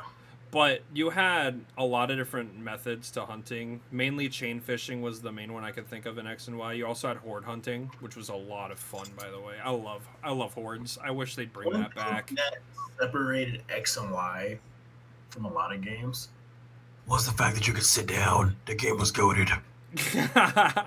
Also, the one thing I'll also say is this is when the difficulty of the game started to kind of decrease. I thought a lot. I think when we get to the next couple of games, I think Oraz is fine in difficulty, but X and Y felt a bit too easy, personally. But I did enjoy it. And also, before we move on, what starter did you choose? I chose Greninja for X and Y. I figured. It was the first game where I didn't have a fire starter that I ever picked. Like even if I did like a second run, bro, I couldn't do Braxton. I'm so sorry. Like even if Braxton was probably a better starter, which it was not. Like I think we all know Greninja was the carrying savior of that region, but like, bro, Greninja or nothing. It's funny, but I have to disagree. What? I was the Fennekin kid. That was me. You what? That was me. I love Delphox. I think it's great, and I think it gets so much hate, and it's so dumb. If anything, reflect the hate at Chestnut. I think it's ugly. Okay, ugly ass mon, Brett. We can meet in the middle. Our hatred for Chestnut. Okay, yeah, that's agreeable. I think it's like I don't care that you like Greninja or that I like Delphox. All my homies hate Chestnut. Fuck Chestnut, bro. This was like this region of starters too was like the complete opposite of Gen 4. Yeah, where it's double strong against the type that it's strong against normally. So it's like Chestnut gets obliterated by Delphox. Delphox gets obliterated by Greninja. And Greninja gets obliterated by Chestnut. Yeah, it was interesting, but I did like the typings because they finally did a fucking firefighting type. Only took 3 generations, Game Freak, but you did it. Thank you. But anyways, yeah, X and Y I think were pretty middle of the road as Pokemon games, but like I said, not my least favorite. Battle Troze, I didn't play it. Never. Art Academy, I actually have. Okay, give us your opinion. It's a C tier. It's a drawing game. Interesting. Okay. It's just a drawing game. It was pretty fun though. Were you able to play with like friends online, or you just draw. You just draw. It teaches you how to draw essentially. It's really nice for like if you're giving this to like a kid to try to learn how to draw Pokemon. It's a very good purchase, and it's cute. It's a cute game, and the art styles that they use are really nice. So I'll give it that. Okay, now time to talk about the Goliath that is Omega Ruby and Alpha Sapphire. You will take the floor because you love Gen 3 and you love this game. This was peak, bro. This gives me Heart Gold, Soul Silver vibes, and it's definitely an A-tier game. But there's also an argument it could be S, but personally, I think it's an A game. Okay. I don't know about you. I can agree with the A tier just because they left out the Battlefront tier, and I thought that was bogus. That's the main reason. That's the main reason. In Emerald, this was a remake of Ruby and Sapphire. So I did enjoy though that. So the things that I did enjoy, which I would argue it's S tier, but I'll put it in A because I can meet you there. I feel like I can definitely meet you there. I'm not too prideful to be like, hey, we can put it in S, but I just like. It's like can it outdo like Platinum, Black and White, and then the original Generation 3? It's like. Those games are already pretty perfect, and that's how I feel a lot about Gen 4 too. And once again, we'll get to that when we talk about BDSP, and I know that's probably the last couple are like the ones people are waiting for me to talk about. But with ORAS, I did enjoy the flying around the map with either Mega Latios or Latias, which by the way, their Megas suck. I don't like how they look. The other thing, finding past legendaries from generations 1 through 6, I think even Xerneas and Yveltal were also included, and I believe they could be shiny. Yeah, they could be. Okay. So you had that. Obviously new Mega Evolutions, which Mega Swampert, I don't care what anyone says, I will pummel you with Mega Swampert. Thing had freaking it had what the hell is it, Drizzle? I can't remember. It had a better ability. Or is it? I can't remember. What ability does Mega Swampert have? Shit. Oh, Mega Swampert has Sheer Force, I thought. Here, hold on. I'm gonna look it up because I can't remember. I think it was Swift. Right now. Tap to tap. Hey, I got it up. Okay, it's on my phone. Swift Swim. That's what I had. I knew it. I was like, it's a rain ability. I know it fucking is. I know it's a rain ability. Yeah, it had Swift Swim. The thing was sick.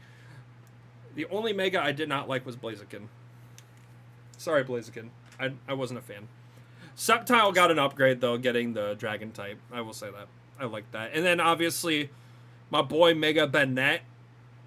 Bannette's sick. The only Mega I truly hate, though, out of, like, all of Generation 6 is Autono. There's a better... There had to be a better Gen 5 representative. Like, come on, man. Oh, also, we got Mega Rayquaza, and that shit broke the game. and then bro. it got banned to Competitively, Ubers immediately. And then we had bro, Primal Groudon and Kyogre, so there's obviously that. everyone in VGC was running Mega Rayquaza. Yeah, it was Mega Ray, and it's like we didn't even talk about Mega Mewtwo because Mega Ray is just more of a threat. Thing was banned to Ubers the first day the game came out, and like I said, I don't think you can improve on perfection, but I think Ruby and Sapphire were fine as they are. But it is a nice improvement, and it's a good remake. It's a great remake, and I know a lot of people are probably like, it could be S tier, blah blah blah, and you know what? They're gonna do that, but Like again, it could be. But I don't know. It just like there's just something about it to me. Like I wish I could tell you this is why it's not S tier. Yeah, it's hard. It's there, but it's like it just. I think the main thing is it just doesn't hit quite the same as original Hoenn. Because original Hoenn is just a masterpiece. Because even then, like because if it was S tier, I think if it was S tier, it would have been better than Ruby and Sapphire. Yeah. Like granted, quality of life, 3DS, whatever graphics, whatever. Cool. Yeah, the decreased shiny odds, whatnot. But again, like I don't think it's a better game than Ruby and Sapphire. No, it's for sure not a better game than Emerald. It's a nice improvement, but I think the definitive Gen 3 game is Emerald version or Ruby Sapphire. Fire Red Leaf Green, obviously better than Ruby Red and Blue. Yeah, because they're yeah. Like Heart Gold, Soul Silver, way better than Gold and Silver. Crystal better than Gold and Silver, right? Yeah. But again, it's just it might seem like a dang, bro. Like, bro, they're the same games. Nah, man, it's not. It's not the. I'm like, I don't know. Yeah. I'm stumbling now, but yeah, just no. I agree. I prefer Gen 3 rather than Gen 6 Gen 3, if that makes sense. Pokemon Shuffle, I've played it. I don't know if you have. It's a free game. I don't like it that much. It's just like after a while, the puzzle games have gotten quite annoying. Troze was like the last straw, and then I'm like, okay, like we get it. Like I'll talk about Cafe Remix like when we get to it because I honestly think it's a better game, but Shuffle is just not it for me, not personally. Rumble World, probably both have not played it. Super Mystery Dungeon, no. Picross, I have. What is that? It's you pretty much color the picture and then it makes like a pixel art. I'd give it a C. It's fun. It's a nice like relaxing, like you can just do it whenever. It's nice. But yeah, I mean it's not like groundbreaking like, a normal Pokemon. It's a chill, relaxing game. That's what it is. Alright, Pokken Tournament, and I put Pokken Tournament DX as the main thing because it was just ported and then added content, so they're all one and the same. Have you played Pokken? I played it when I went to Atlanta to see Nick and then our other frat brother, Blizzy. Okay. My initial thought on Pokken was like, yo, this is kind of crazy. And it was last year, actually, and it was the same year I found out Pokken Tournament was going to be taken off of the competition for Pokemon Worlds. Like, that's sad. Last year they had VGC, TCG, Go, Unite, and Pokken Tournament. Yeah, now Pokken. This will be the first time Pokken's left out. That's kind of sad. I think like it was a cool game. It's like literally Street Fighter. It's literally a collaboration with the creators of Tekken. That's why it's called Pokken. Oh, I didn't know that. Yep. Wow. Yep. But yeah, I think it's a cool game, bro. Like, and it's like. It's one of those games where it's trying to stand on its own, like it reminds me of Conquest in a sense, but it doesn't have like a storyline, but it's like a game you can just play. Yeah. It's a party game. It's a B game, bro. I would give it B. I can agree with that. I was gonna say it's a fighting game. I've only played it a handful of times. I don't have too much of an opinion on it, but I know it does have a dedicated fan base, so just on that alone, I'll give it a B. All right, Pokemon Go. Oh, here we go. Okay. Here we go. I play this a lot. Okay. I play this a lot. I play it every day. Quite literally. I literally, like, before we even started recording for this episode, I was at the park playing Pokemon Go because I'm trying to lose weight, okay?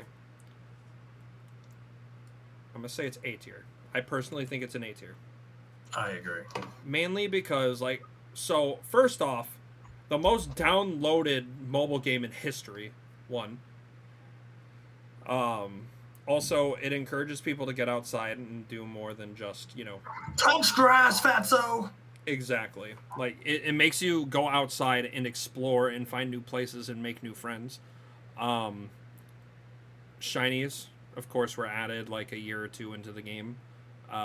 They started making shinies readily available on what are called community days. I'm pretty sure everyone knows what those are. Shiny rates are boosted, but they want people to interact more, and I love that. The only reason I don't put it in S rather than A, which I think it has an argument for S, is because Niantic has been doing a bunch of dumb shit lately that has kind of made me fall less out of the game.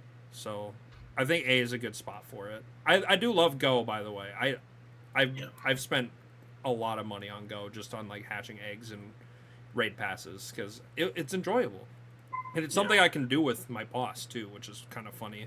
Me and him play Go a lot, but yeah, I think it's definitely A tier, and it was a lot of fun. Like, I don't think anything is gonna hit the same as 2016 summer when Go came out. That shit was just immaculate. It was like cocaine dropped in the hood in the 80s, bro.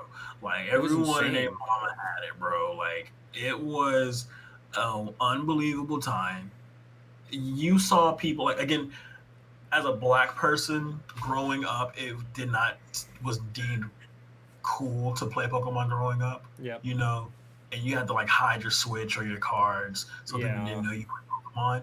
But seeing so many people, no matter the race, playing Pokemon, Pokemon cured racism. I don't care what nobody says. Literally, no matter Like, what color your skin was, whoever you who loved, you or were how you voting for, identified, did not and fucking matter. You were playing Pokemon Go, and you bro, were making everyone friends. were playing Pokemon. 2016 summer was amazing. I remember one time I was at a summer camp. I was a counselor, and I was in the stalls pooping. I'm on my phone. I was like, "Yo, a Taurus! It's in here! It's watching me take a poop." Oh my I god. was ecstatic, bro. But yes, I think Pokemon Go is A tier, especially with the fact that it has a championship series. Yeah, It's it has a featured at competitive Worlds. scene. It has a Yeah, it has a competitive scene, good by the way. competitive scene. Besides the fact that you're tapping screen all day, but Yeah. yeah, and then like you're implementing like friends. You get to join a gang, red, blue, or yellow. Shout out to red, blue, or yellow Pokemon, right? Yep. But also the fact that it just makes community. It really brings the factor of what Pokemon is trying to bring with their new slogan, Pokemon Together. Pokemon Go did that first. Yep. Literally, everyone Pokemon Go together. Everyone did Pokemon together with Pokemon Go, and truly, it's one of the best things Pokemon has done in a minute. I'm not even gonna lie. Do you have a Pokemon on there that's like your favorite on Go? That's a great question. Because Probably my like outside of my shiny legendaries. No, you know what? Yeah, just probably them. My shiny Rayquazas. I have so like 3 shiny Rayquazas. mine is also a shiny Rayquaza, but it's very special. Because actually, if you followed me in 2018 when I used to do Pokemon Go content on Facebook, yes, Facebook, Wow, you're old. I was rating Rayquaza like it was nobody's business. Do you want to guess how many raids it took me to get this Rayquaza shiny? 200. It took me 69 on the dot. 69. Nice. Okay. And the better part is it was one stat off perfect. So it has full attack, full defense, and then 14 HP. Literally almost a Shundo, which is a shiny 100% Pokemon, which 100% means full stats. And Mega Rayquaza comes out at the end of next month, which I am participating in GoFest, by the way. So I'm going to literally raid the shit out of Mega Rayquaza on August 27th. So yeah, Pokemon Go holds a dear place in my heart because it's truly when I started doing content creation. This is a safe space, brother. How much money have you poured into Pokemon Go? I'll start. I think I've poured a max of $150 into Pokemon Go. I've definitely done more than that. Span of 7 years that it's been out, I've put $150 into this game. I think I've at least done like 400. I don't want to say.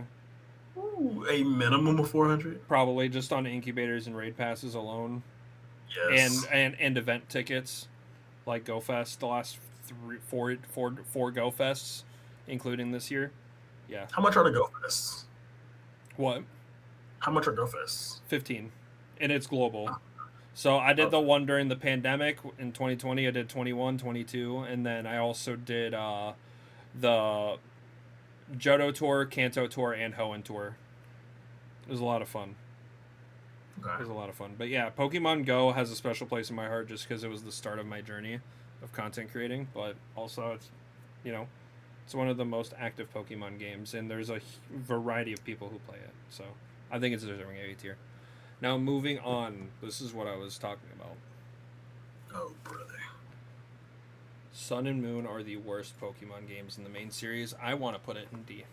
I think they're bad. I think they're terrible. Not Ultra Sun and Ultra Moon. Regular Sun and Moon. I think one, the story sucks. It handholds way too damn much. Z moves suck. They took away gym leaders, and Totem Pokemon and Trial Captains weren't so bad, but I still prefer my gym leaders. Mhm. And Hao is annoying, and I don't like him. And the Pokédex also blows a lot. Like the regional forms save it a little bit, but most of the originals kind of suck. Go ahead and take the floor. Those are my main cases. I don't like these games. I hate them so much. The Ultra They're games are a my bit different. The Ultra Beasts are cool, but everything outside, yeah. no. They're my least favorite starters of all time. Let me start with that. Wow. Yes.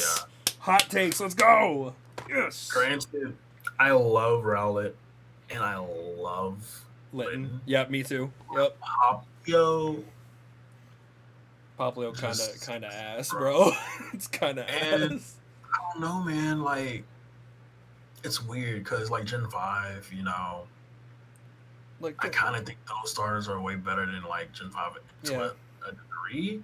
But game wise, you can play the game with any of those three starters at Gen 5 and have a great time. yeah. I can't play this game with Poplio and have a great time. No God I no. can't.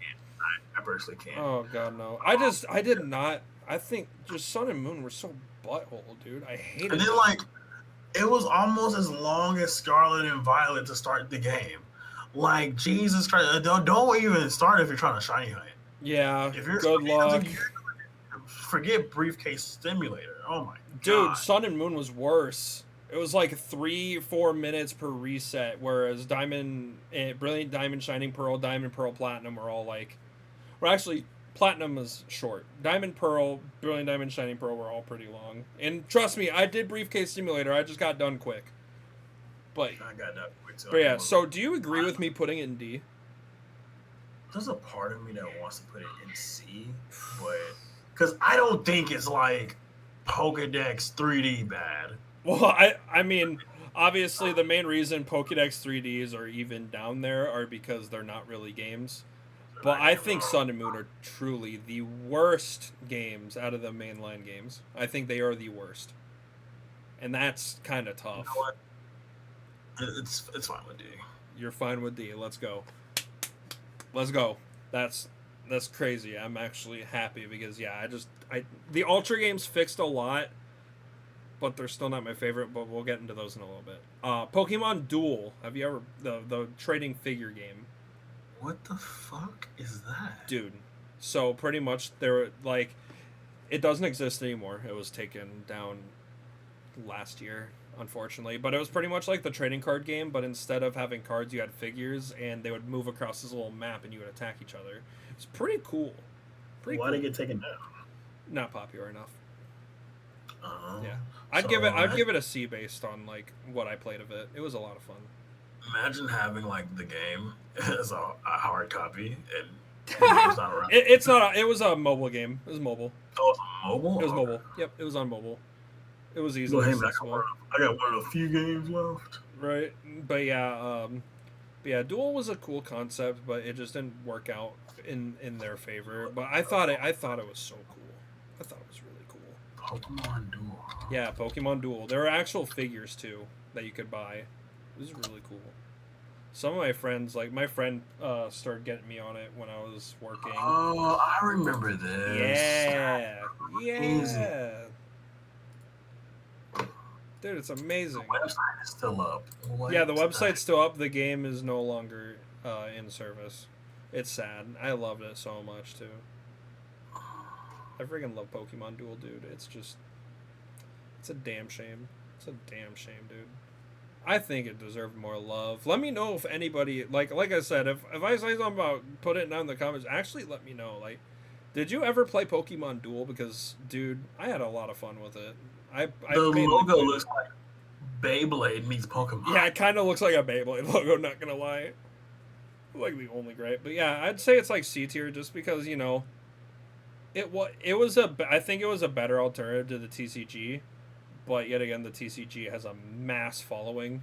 Duel was I mean, very the small. It original, was essentially David versus Goliath, and Goliath wins every fucking round.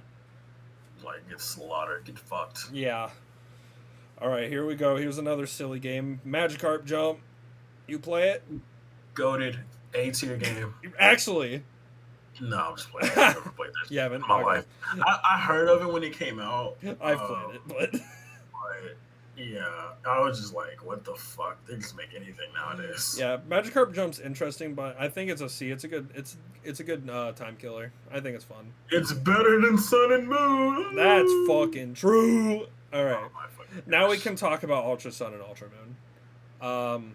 I think they're a step above. I Peak. peak. These games were good. I They deserve to be in B. in B. Okay, okay.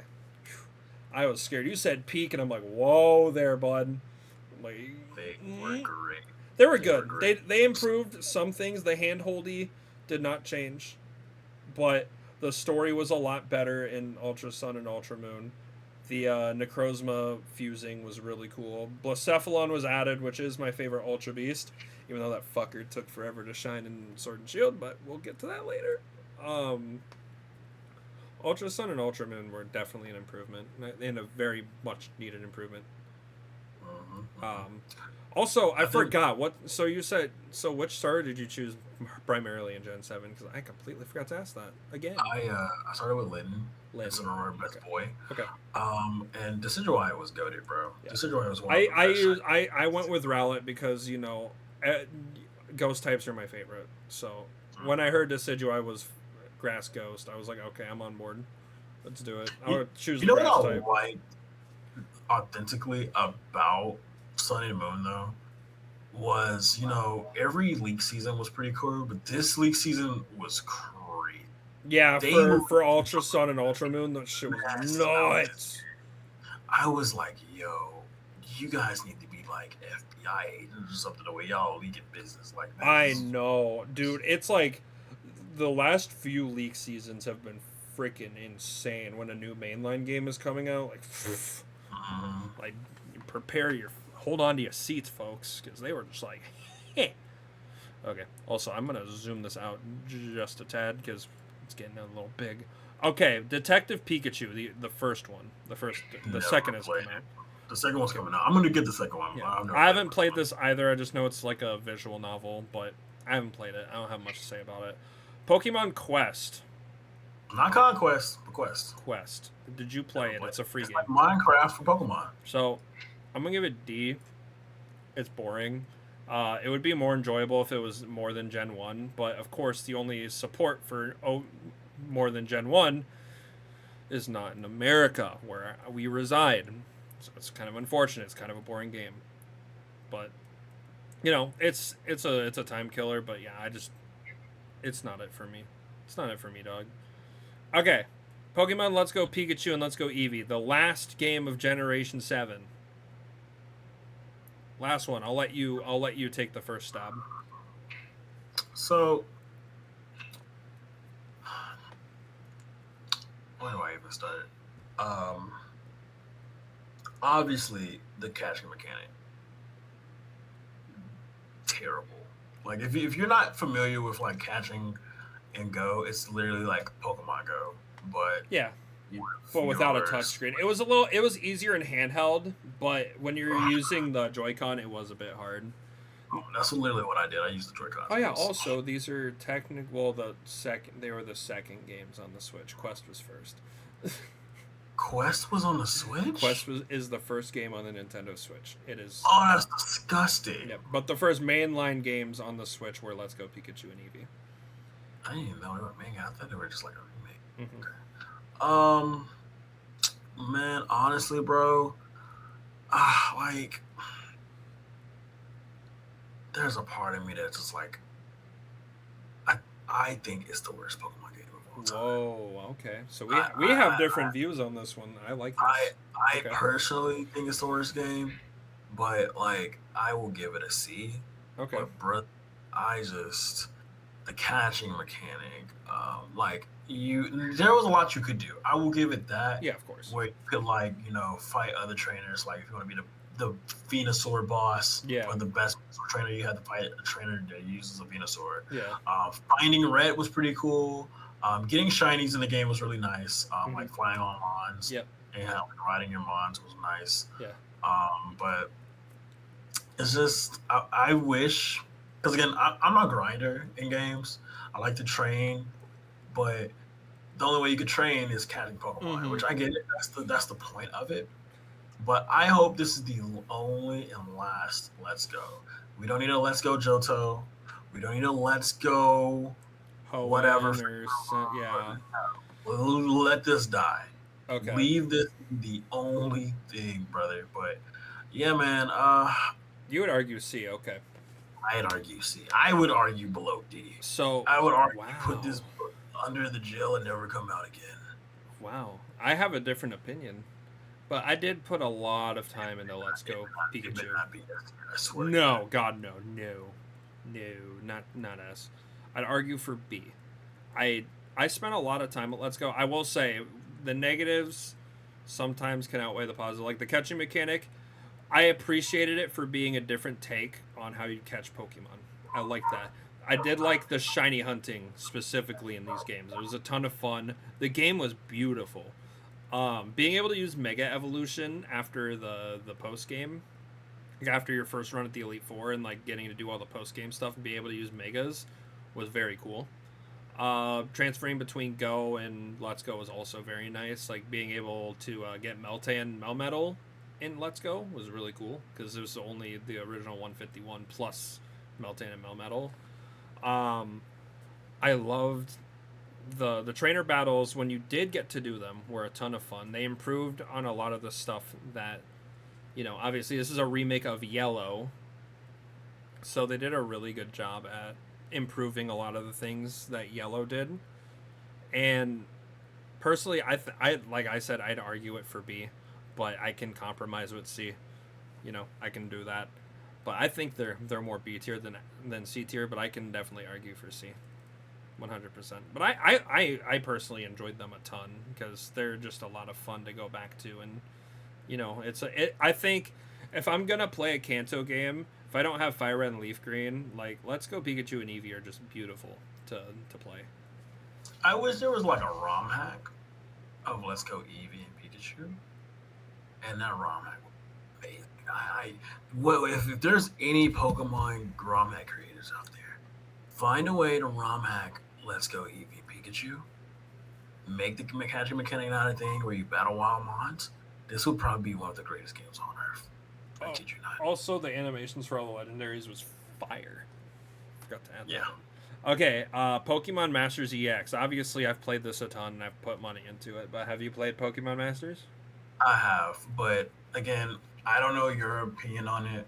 But if we're comparing it to Go, it is not that. Well, yeah, no, I'm not going to put it. I'd say the highest it can go is B tier. I think the highest it can go because I think, obviously, for someone who plays a lot of RPGs, which this is technically an RPG / gacha game, and of course, Densu loves his gacha games, by the way. I would argue for B. The story's actually pretty in-depth. It's very nice. The selection of characters and trainers, and Pokemon in general, is really well done in Pokemon Masters. And like it's actually a really fun game. The mechanics and building characters up and like using resources and whatnot is a lot of fun. So I would argue for B. That's the I highest I think it can I go. regret not picking the game back up after I beat it the first time. It was a lot of fun when I first played it, and Masters, I beat it. there's more content to it too. Like Yeah, there's a there's more. brand new storyline that they've been No, no, rolling no, out. no. I haven't played it in like for real 2 years since it came out. I think it's like what 3 years old now. Yep. Yeah, it's 3 years So old. yeah, It came out in 2020. I haven't played it since 2020. Or it came out. Sorry, it came out in 2018. Sorry, it came out right before Sword and Shield. Came out before Sword and Shield. Okay. But yeah, I wish I would have kept going with it because I even made content on it on my Instagram when I first started. I mean, man, And I just collect the free gems and pull willy nilly. I just got Maxi and Groudon actually, and Groudon is one of the. It's the best ground unit in the entire game. I was pretty freaking happy because I first time. remember like this is how old I am. I remember when Will and Zatsu was like one of the best. They're still one of the best budget units in the game, by the way. They're still one of the best. Till this day is crazy. Obviously, they've gotten power crept really hard because, they've been releasing characters countlessly for the last 5 years. But it's still a great game, and B is. Imagine a way like to make this a competitive game, like Sword and Shield or. They also did make it co-op over time, so that's kind of cool. Oh, that's cool. Yeah. But yeah, I think I'm fine with B. Okay. There was a part of me. Again, I haven't played it in so long, but I think it is a fun game. I just wish I kept playing it for real. Mm-hmm. That's agreeable. I can see that. Okay, now I'm gonna take the wheels on Sword and Shield because. Let me hear it. Okay. I think they're S tier, and a lot of people are gonna disagree with me, but hear me out. Okay. No, I did not think you were gonna go that way. I thought you were gonna put them in D. Nope. They are actually my second favorite generation is 8. I think they have a great story. I think the Pokemon selection and the regional variants are very well done. The DLC as well, you can add that in there. They did a really good job with both the Isle of Armor and the Crown Tundra. Obviously a lot of people are going to be like, oh, but the whole Pokedex isn't available, blah, blah, blah. But it's like, you don't need the whole Pokedex. There's so many good Pokemon that you can get in Sword and Shield. And all the new ones, too, were so good. And then Dynamax Adventures is one of the best co-op experiences in any of the Pokemon games. And it's so much fun. Sword and Shield, I cranked like almost, you can check my Switch data. I'm pretty sure I was like closing in on 2,000 hours. And also, if it weren't for Sword and Shield, I wouldn't have met a bunch of the people that I'm friends with today. So like I owe a lot to Sword and Shield. It's obviously, like I said, it's a little biased, but I think they deserve S tier just on, gameplay and whatnot alone. Because it was the first one to try a semi-open world, which I like a lot. Now go ahead and take the floor and let me know what you think. All right. I appreciate your opinion. I respect it. I'd have to go with A, actually. And I was so afraid to say A because I thought you were going to be like, no, these games suck. No. Games people really don't like. Yeah. And it's kind of like a tiptoe. But I mean, like, I enjoy Sword and Shield, bro. Like, I can agree with A. I can agree with putting him in A. I even made a video on Goodbye Pokemon Sword and Shield, and it was a really good send off. Yeah. There was the things that was wrong with it, like of course, the copy paste of the automations from the animations from like Sun, Moons, XY. Yeah, that's fair. There was the the battle timer for competitive Pokemon players. Yep. It decreased to like from 40 to 20 minutes, I think. They cut singles in half. Literally, you went from 6 Pokemon in singles to 3, which was fucking weird. Like, there was so much that this game they cut in half, or like they mitigated, I guess. But to take that away, it was still a fun game. Yeah, it was still a fun game you could play with your friends. It was still a fun game you could join online with people, which again is the whole play together. Pokemon together forever, right? Pokemon Worlds. Granted, we only had one Worlds with this game, Pokemon Worlds was amazing that year. That It competitive season. slapped. Yeah, wasn't it It was last year? it was it was last year, yeah, and Yeah. it was amazing, bro. It was ungodly. Just seeing the Dynamax Mons in competitive was really cool. Now the gimmick itself, a little cheap. I I'm not gonna I lie. I have an opposite opinion about the gimmick because I think Dynamax is the best because it, for me personally, it gives more Pokemon a chance to shine that didn't have a chance before. Like you And I saw a agree. lot of Torkoal, you saw a ton of Yeah, Torkoal, and you saw a but lot of you see just base a lot of Dynamax Charizard. Torkoal. You see a lot of Torkoal in Scarlet and Violet too, but you don't see a lot of Charizard now. Only Yeah, because Dynamax, it gave the room for everyone to be equal, yeah, versus Scarlet and Violet is a little of a skill gap, which is perfectly okay. yeah. Which is kind of like Megas. Megas kind of had that skill gap too. Granted, everyone was using the same Mega, but everyone couldn't play the Mega how certain people could play the Megas. Yeah, that's definitely true. And also it just like the main thing though about every Pokemon can Dynamax, but some have a different form. Like I like that. It gives every Pokemon like some footing. Like for Mhm. example, as someone who loves like Corsola, which obviously it was very usable in Sword and Shield. Galarian Corsola was a I fucking remember. menace. I You could remember. also use it in Dynamax and like get off a few moves. If it's like you can hit the last resort button in Dynamax if it's your last mon, you still have a chance. The battle's not over until all 6 Pokemon are fainted, or in the case of VGC where all 4 are fainted. Like Hmm. Dynamax gave a lot of leeway into like being able to turn the tide of a battle very fast. It was awesome. And that's one other reason why I love Sword and Shield so much. Yeah, But Sword and Shield was probably. I don't want to say again. I think one of the best things Pokemon did is Pokemon Go, but Sword and Shield, like as a mainstream game, they were on the right path. Like this was a stepping stone for Scarlet and Violet, and then for like Gen 10 in the future. I think Sword and Shield should be like it should have a 30 for 30 on it, man. oh my goodness. I think so. Fair enough. That's fair. Okay. We only have 10 games left. 10. We're Let's finally get down to it. the final 10. Uh, Mystery Dungeon Rescue Team DX. It's a remake of the originals. Never Uh, played it. just because of quality of life, I'd say it's just as good. Just because the graphical improvements, and it was still a good game. So I didn't play it as much um, as an adult because I move for Pokemon games. I mainly go towards the main series, but it's still a good game.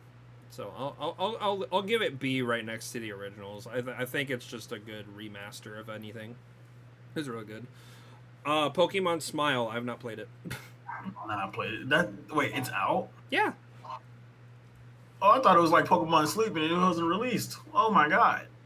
Smile's been out for a while. Well, haven't played it. Yep. All right, Pokemon Cafe Remix. Did you ever play Cafe Remix or No, but I original? think you have. I have. I'll give it a C. It's a good game. It's a good way to pass time. It's a puzzle game. You literally stir stuff to mix them together. It's on mobile as well. You can check it out on mobile or Switch. But yeah, it's a great like little nice puzzle game. It's very cutesy. The art style is very nice too. It's nice to look at. Okay, No, new Pokemon Snap.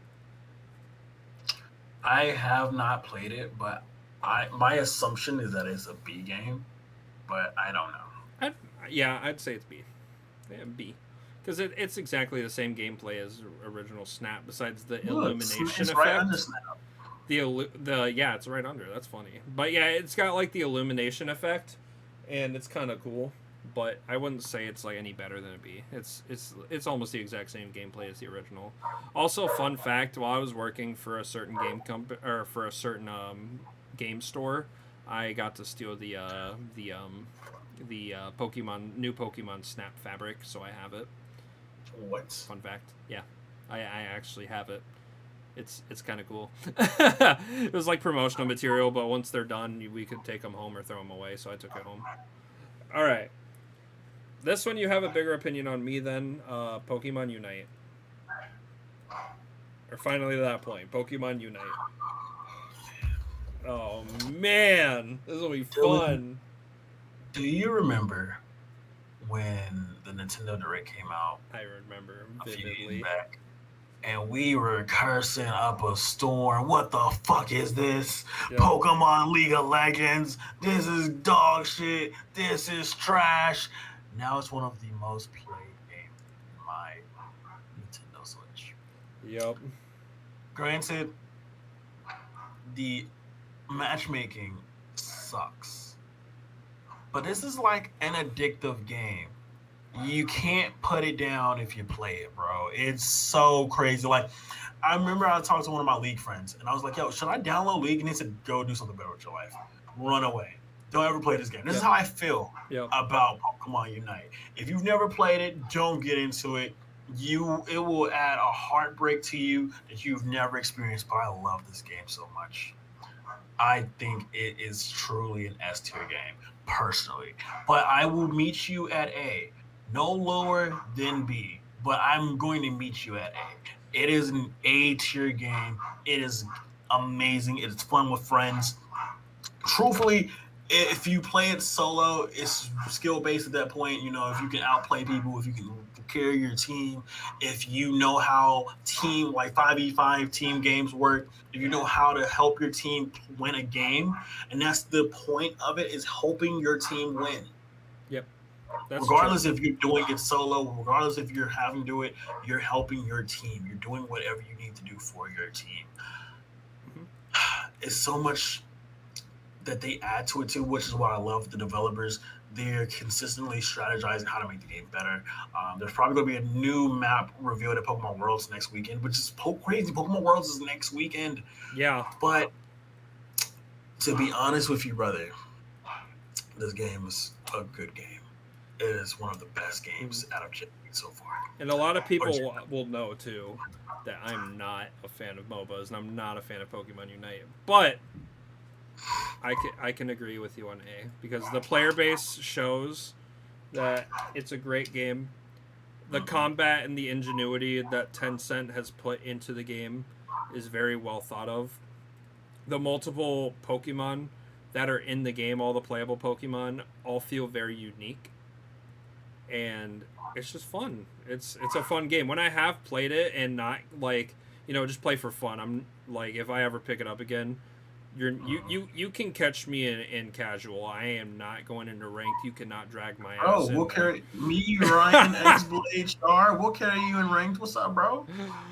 I just don't know how much, because obviously I put a lot of time into most of my Genshin and whatnot, but also it's a matter of finding time to put another game into the rotation. But it's just one of those like games as an adult, like how back in the day I had Snap, or even like Pokemon League Puzzle League. exactly. And you play it with your friends. This is that for me as an adult. I get to play with my friends with this game. That's fair. And it's just so much fun to play, bro. It's a great game.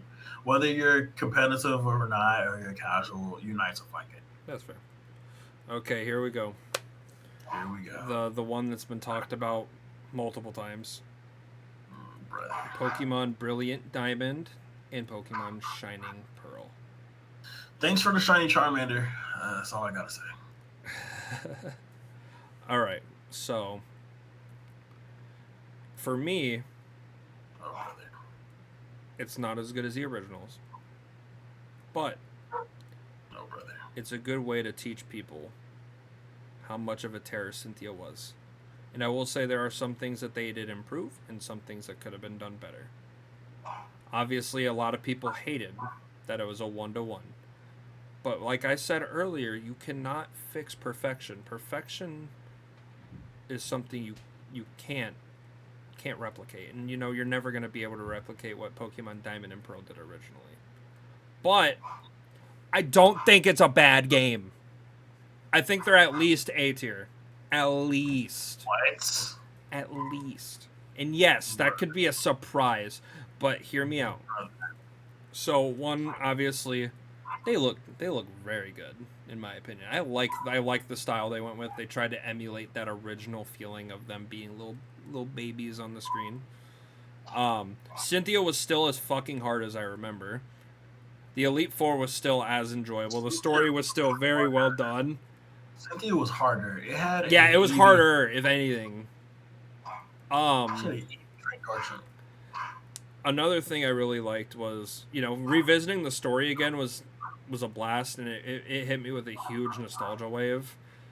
And even just like getting the traverse around Sinnoh again made me so fucking happy, dude. And also them finally adding the Arceus event by playing Legends and also doing the Darkrai and Shaman events completely through. That's another reason I boosted up to like A, because Shout out to my shiny yup, Arceus. shout out. I have one to go still. I'm at 3K on Shaman. I still haven't finished. But I think they're A tier games. I don't think they deserve the hate they get. I really don't. Like, people just shit on it to shit on it. It's like, bro, I'd rather play BDSP than Scarlet and Violet. And I've said that many times. We'll get to Scarlet and Violet in a little bit here. But, yeah, I loved BDSP. And I will proudly say, and I could spend fucking hours in the Grand Underground playing with friends. 100%. Now go ahead and take it away. So, we both agree this game is better than Sunny Moon. Mm-hmm. Okay. So let's start there.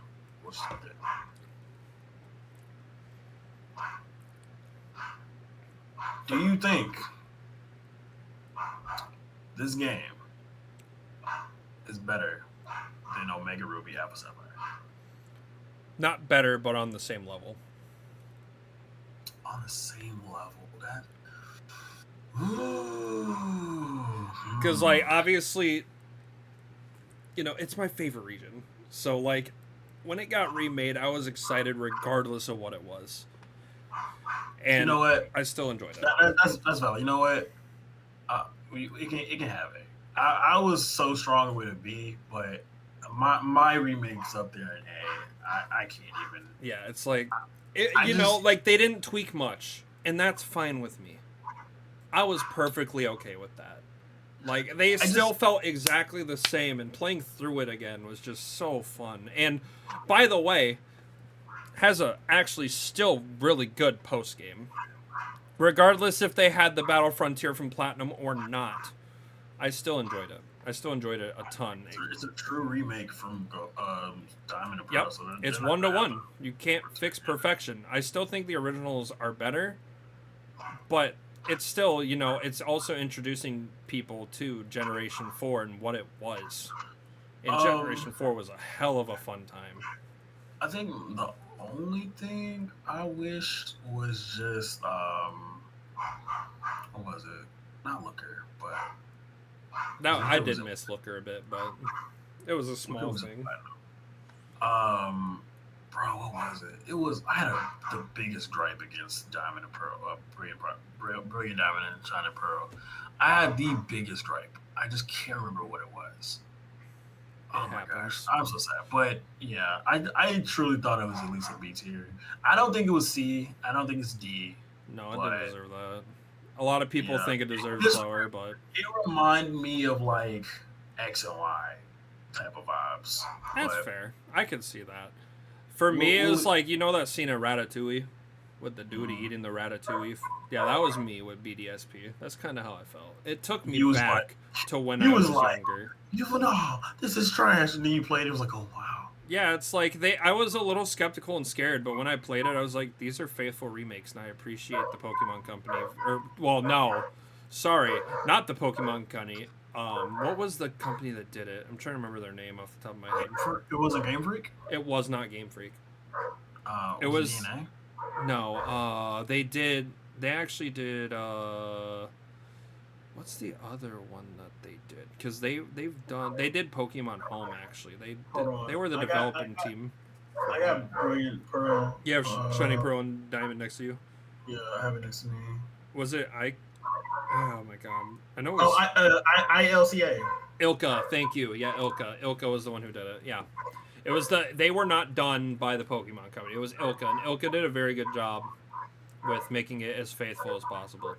So, yeah. I think it's an A tier. I'm glad you can see me on A tier with that. But now let's talk an S tier game, and that's Pokemon Legends Arceus. And I know you're gonna Oh, say okay. it's So S tier. I don't have to convince you. Okay, good. No. All right. It's an S tier. This is probably the best game since Pokemon Emerald. I'm not even gonna lie. Like and I don't know. There's Platinum, there's Diamond and Pearl, there's Battle Revolution, there's Black, White 2. Yep. Listen, They're all but fucking good. I haven't felt this way about a game since Emerald.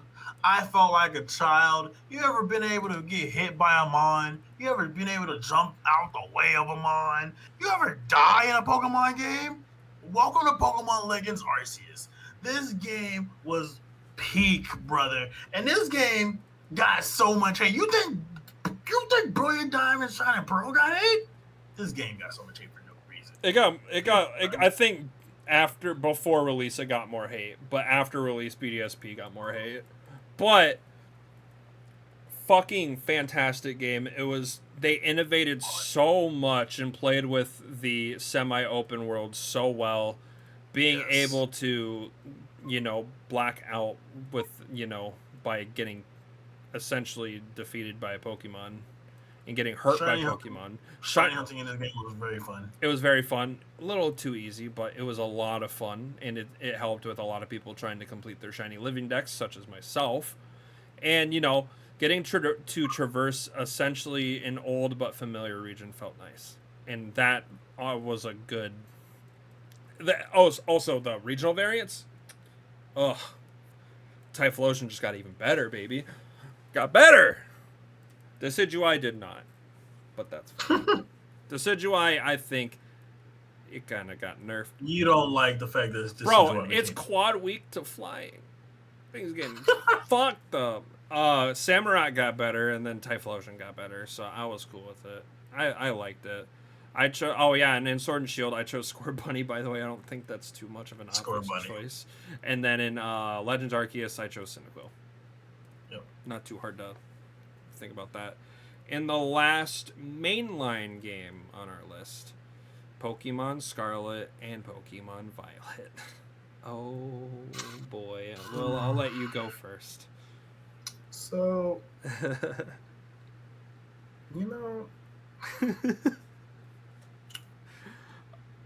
there's so much about this game. And I'm thinking of a content, it's not going to be a thank you Scarlet and Violet, but it's more going to be like a Pokemon Scarlet and Violet summed up video. Why are you the way that you are? Who made you like this?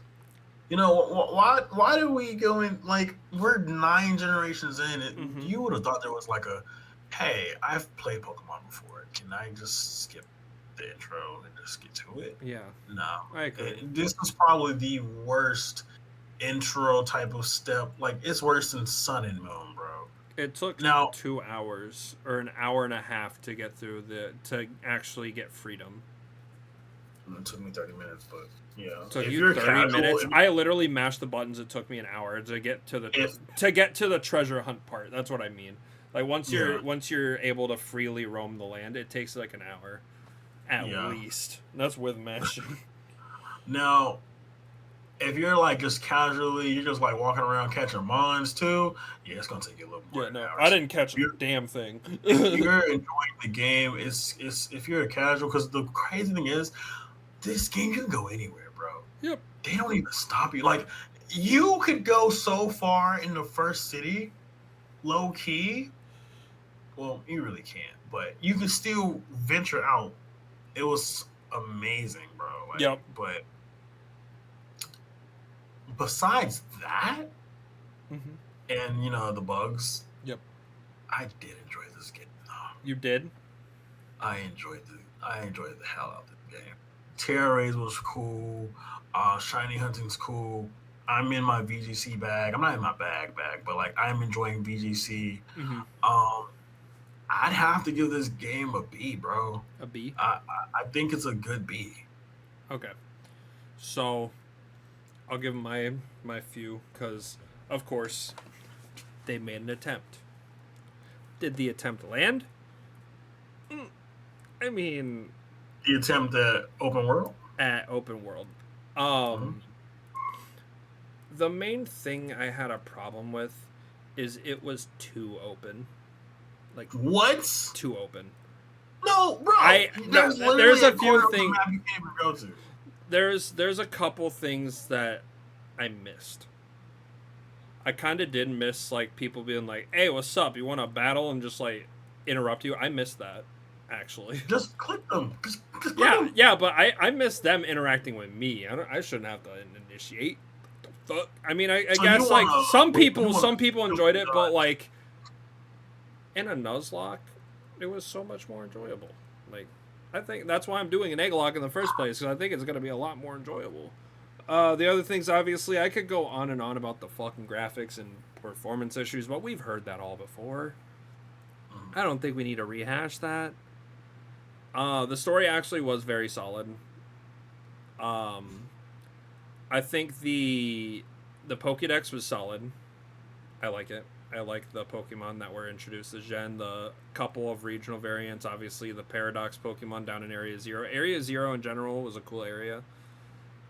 The main gripe that I have is the post game. That is the main gripe. There is not enough. There is not enough. I also do Terror Raids are cool, but I still prefer max raid battles from Sword and Shield. I prefer those still. I just think that they're too.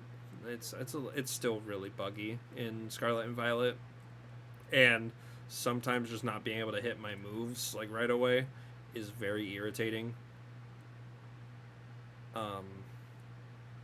And you know, I liked my first playthrough of Scarlet and Violet, but after a while it does get very boring, like very boring. And that's my main problem. I can meet you at a B, but I'd personally put it in C. Oh, that's disrespectful. I don't think it's disrespectful. I truly. You put it with Let's Go Eevee and Pikachu. I would. I would do that.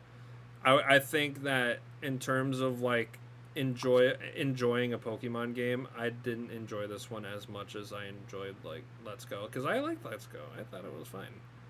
I think, you know, nothing's gonna bottom out Sun and Moon by any means.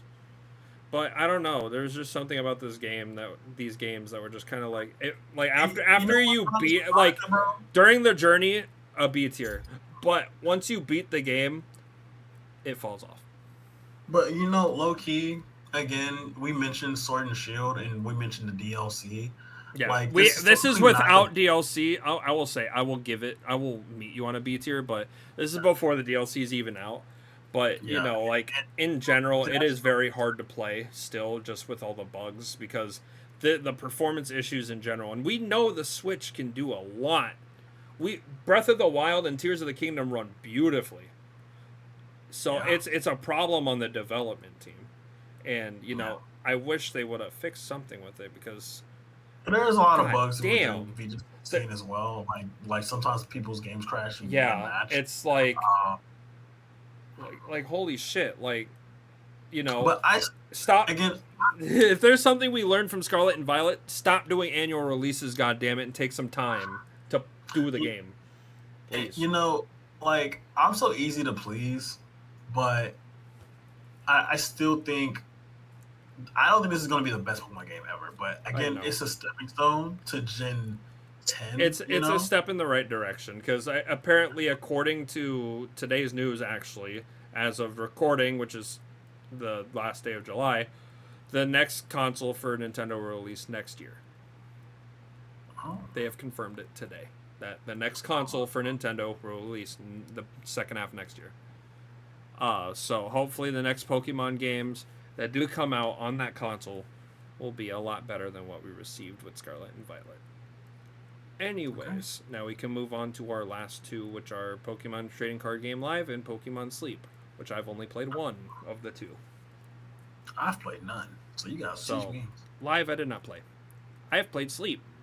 I use Sleep every single day now, and it's been out for like about a week or two now. I think a week. I'm gonna give it a B. I like it. Really? I like it. The main goal of Pokemon Sleep is to straighten out your sleep schedule, which, As of a few weeks ago, I started working in the morning, so I had to readjust to waking up at 7:30 to 8 o'clock in the morning, which is very it's kept me motivated to like go to sleep earlier, which is kind of weird. And actually, the first time I slept and woke up in the morning, I had a shiny Squirtle. My starter was a shiny Squirtle, and So I love him. your placement is biased because you got a shiny. Well, no, it's not biased off of that. I actually do enjoy like, you feed your Snorlax 3 times a day. You try to get your Snorlax as strong as possible by the end of the week, and then like it keeps you wanting to get to the new islands and see what Pokemon and sleep styles are there to explore. It also shows you like your sleep log every single day, which I have a Pokemon Go Plus Plus that tracks my sleep rather than my phone. But I do encourage everyone to at least try Pokemon Sleep. I think it's really good though, and it really helps with trying to straighten out your sleep schedule. So I think it's honestly a B tier, and now we have a complete tier list. We did it. Bum, bum, bum, bum, bum, bum. It's wonderful. We did it, guys. Like we did it. It only took us about 2.5 hours, but we did it. 2.5? We've been here for 2 hours. Yeah, right. Like it's been. Bro, I'm not gonna lie. I thought it was like an hour. I looked and I'm like, damn, 2 hours. You know what? We did start like around 4. We did, and like, it works for the first ever episode of Meeting with the Metamorph. Why not have it be 2.5 fucking hours long?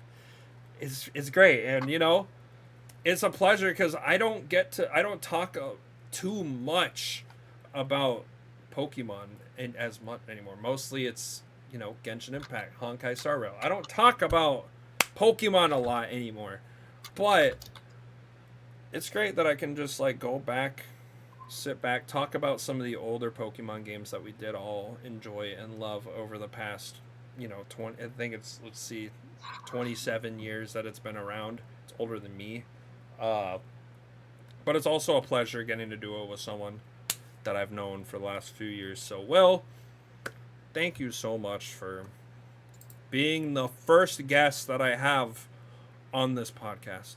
And it was also a pleasure getting to debate with you on where some of these games go. But I think we made a pretty damn good tier list. Yeah, man. Yeah. I think it was a pretty damn good tier list. This is pretty agreeable. I think no one's gonna have issues with this tier list, unless you played some of the games, like and haven't played. Your opinions might be different. Yeah, like of course, like some people are gonna be like, "You didn't play all the Mystery Dungeon games." Not valid. But it's like actually, we have a caller coming in. Caller number 1. What's your problem? Yeah, you didn't. It's us. Is that Cruz? No. Who is that? Danny. No, Oh my goodness. there's no there's only yeses. So Danny wants a sneak peek of Hey, the are you episode. Oh my goodness. Maybe I'll have to. It's a little part segment of getting on yes. You have to tune in to Dylan's channel. You need my patience. I'm gonna hang up now. We're about to wrap up the episode already. Yeah, if you want to be like, it'll be fun. He's so mad. It'll be a fun time. But obviously, I think we did a very good job placing all these games. And once again, thank you to Will. You can go find his YouTube and his other social links down in the description. I will make sure to link all those. Be sure August 3rd, he said he'll be doing a stream on Twitch or YouTube, so be sure to have notifications on. Or I'm pretty sure he'll tweet it out. I'm still gonna say tweet it out. I don't give a fuck if it's called X anymore. I can't believe it's called X, bro. I just learned today it's called X. What the Yep. Yeah, it changed like literally a few days ago. So is it still? Yeah, X notifications on, Instagram, YouTube noties, Twitch noties. Have those on. You'll find him. And of course, be tuned here to know when we're doing the sleep lock, egg lock. Thank you, brain. Been up for a while today. You'll find those on either my X, my Instagram, or if you're in my Discord server, you'll find it there. Otherwise, thank you so much for tuning into the inaugural episode of Meeting with the Metamorph, with me, of course, being Densu, the shiny hunting Metamorph, and iWill, aka the best trainer in Tennessee. Thank you so much for tuning in, and I will catch you on the next episode. Bye-bye!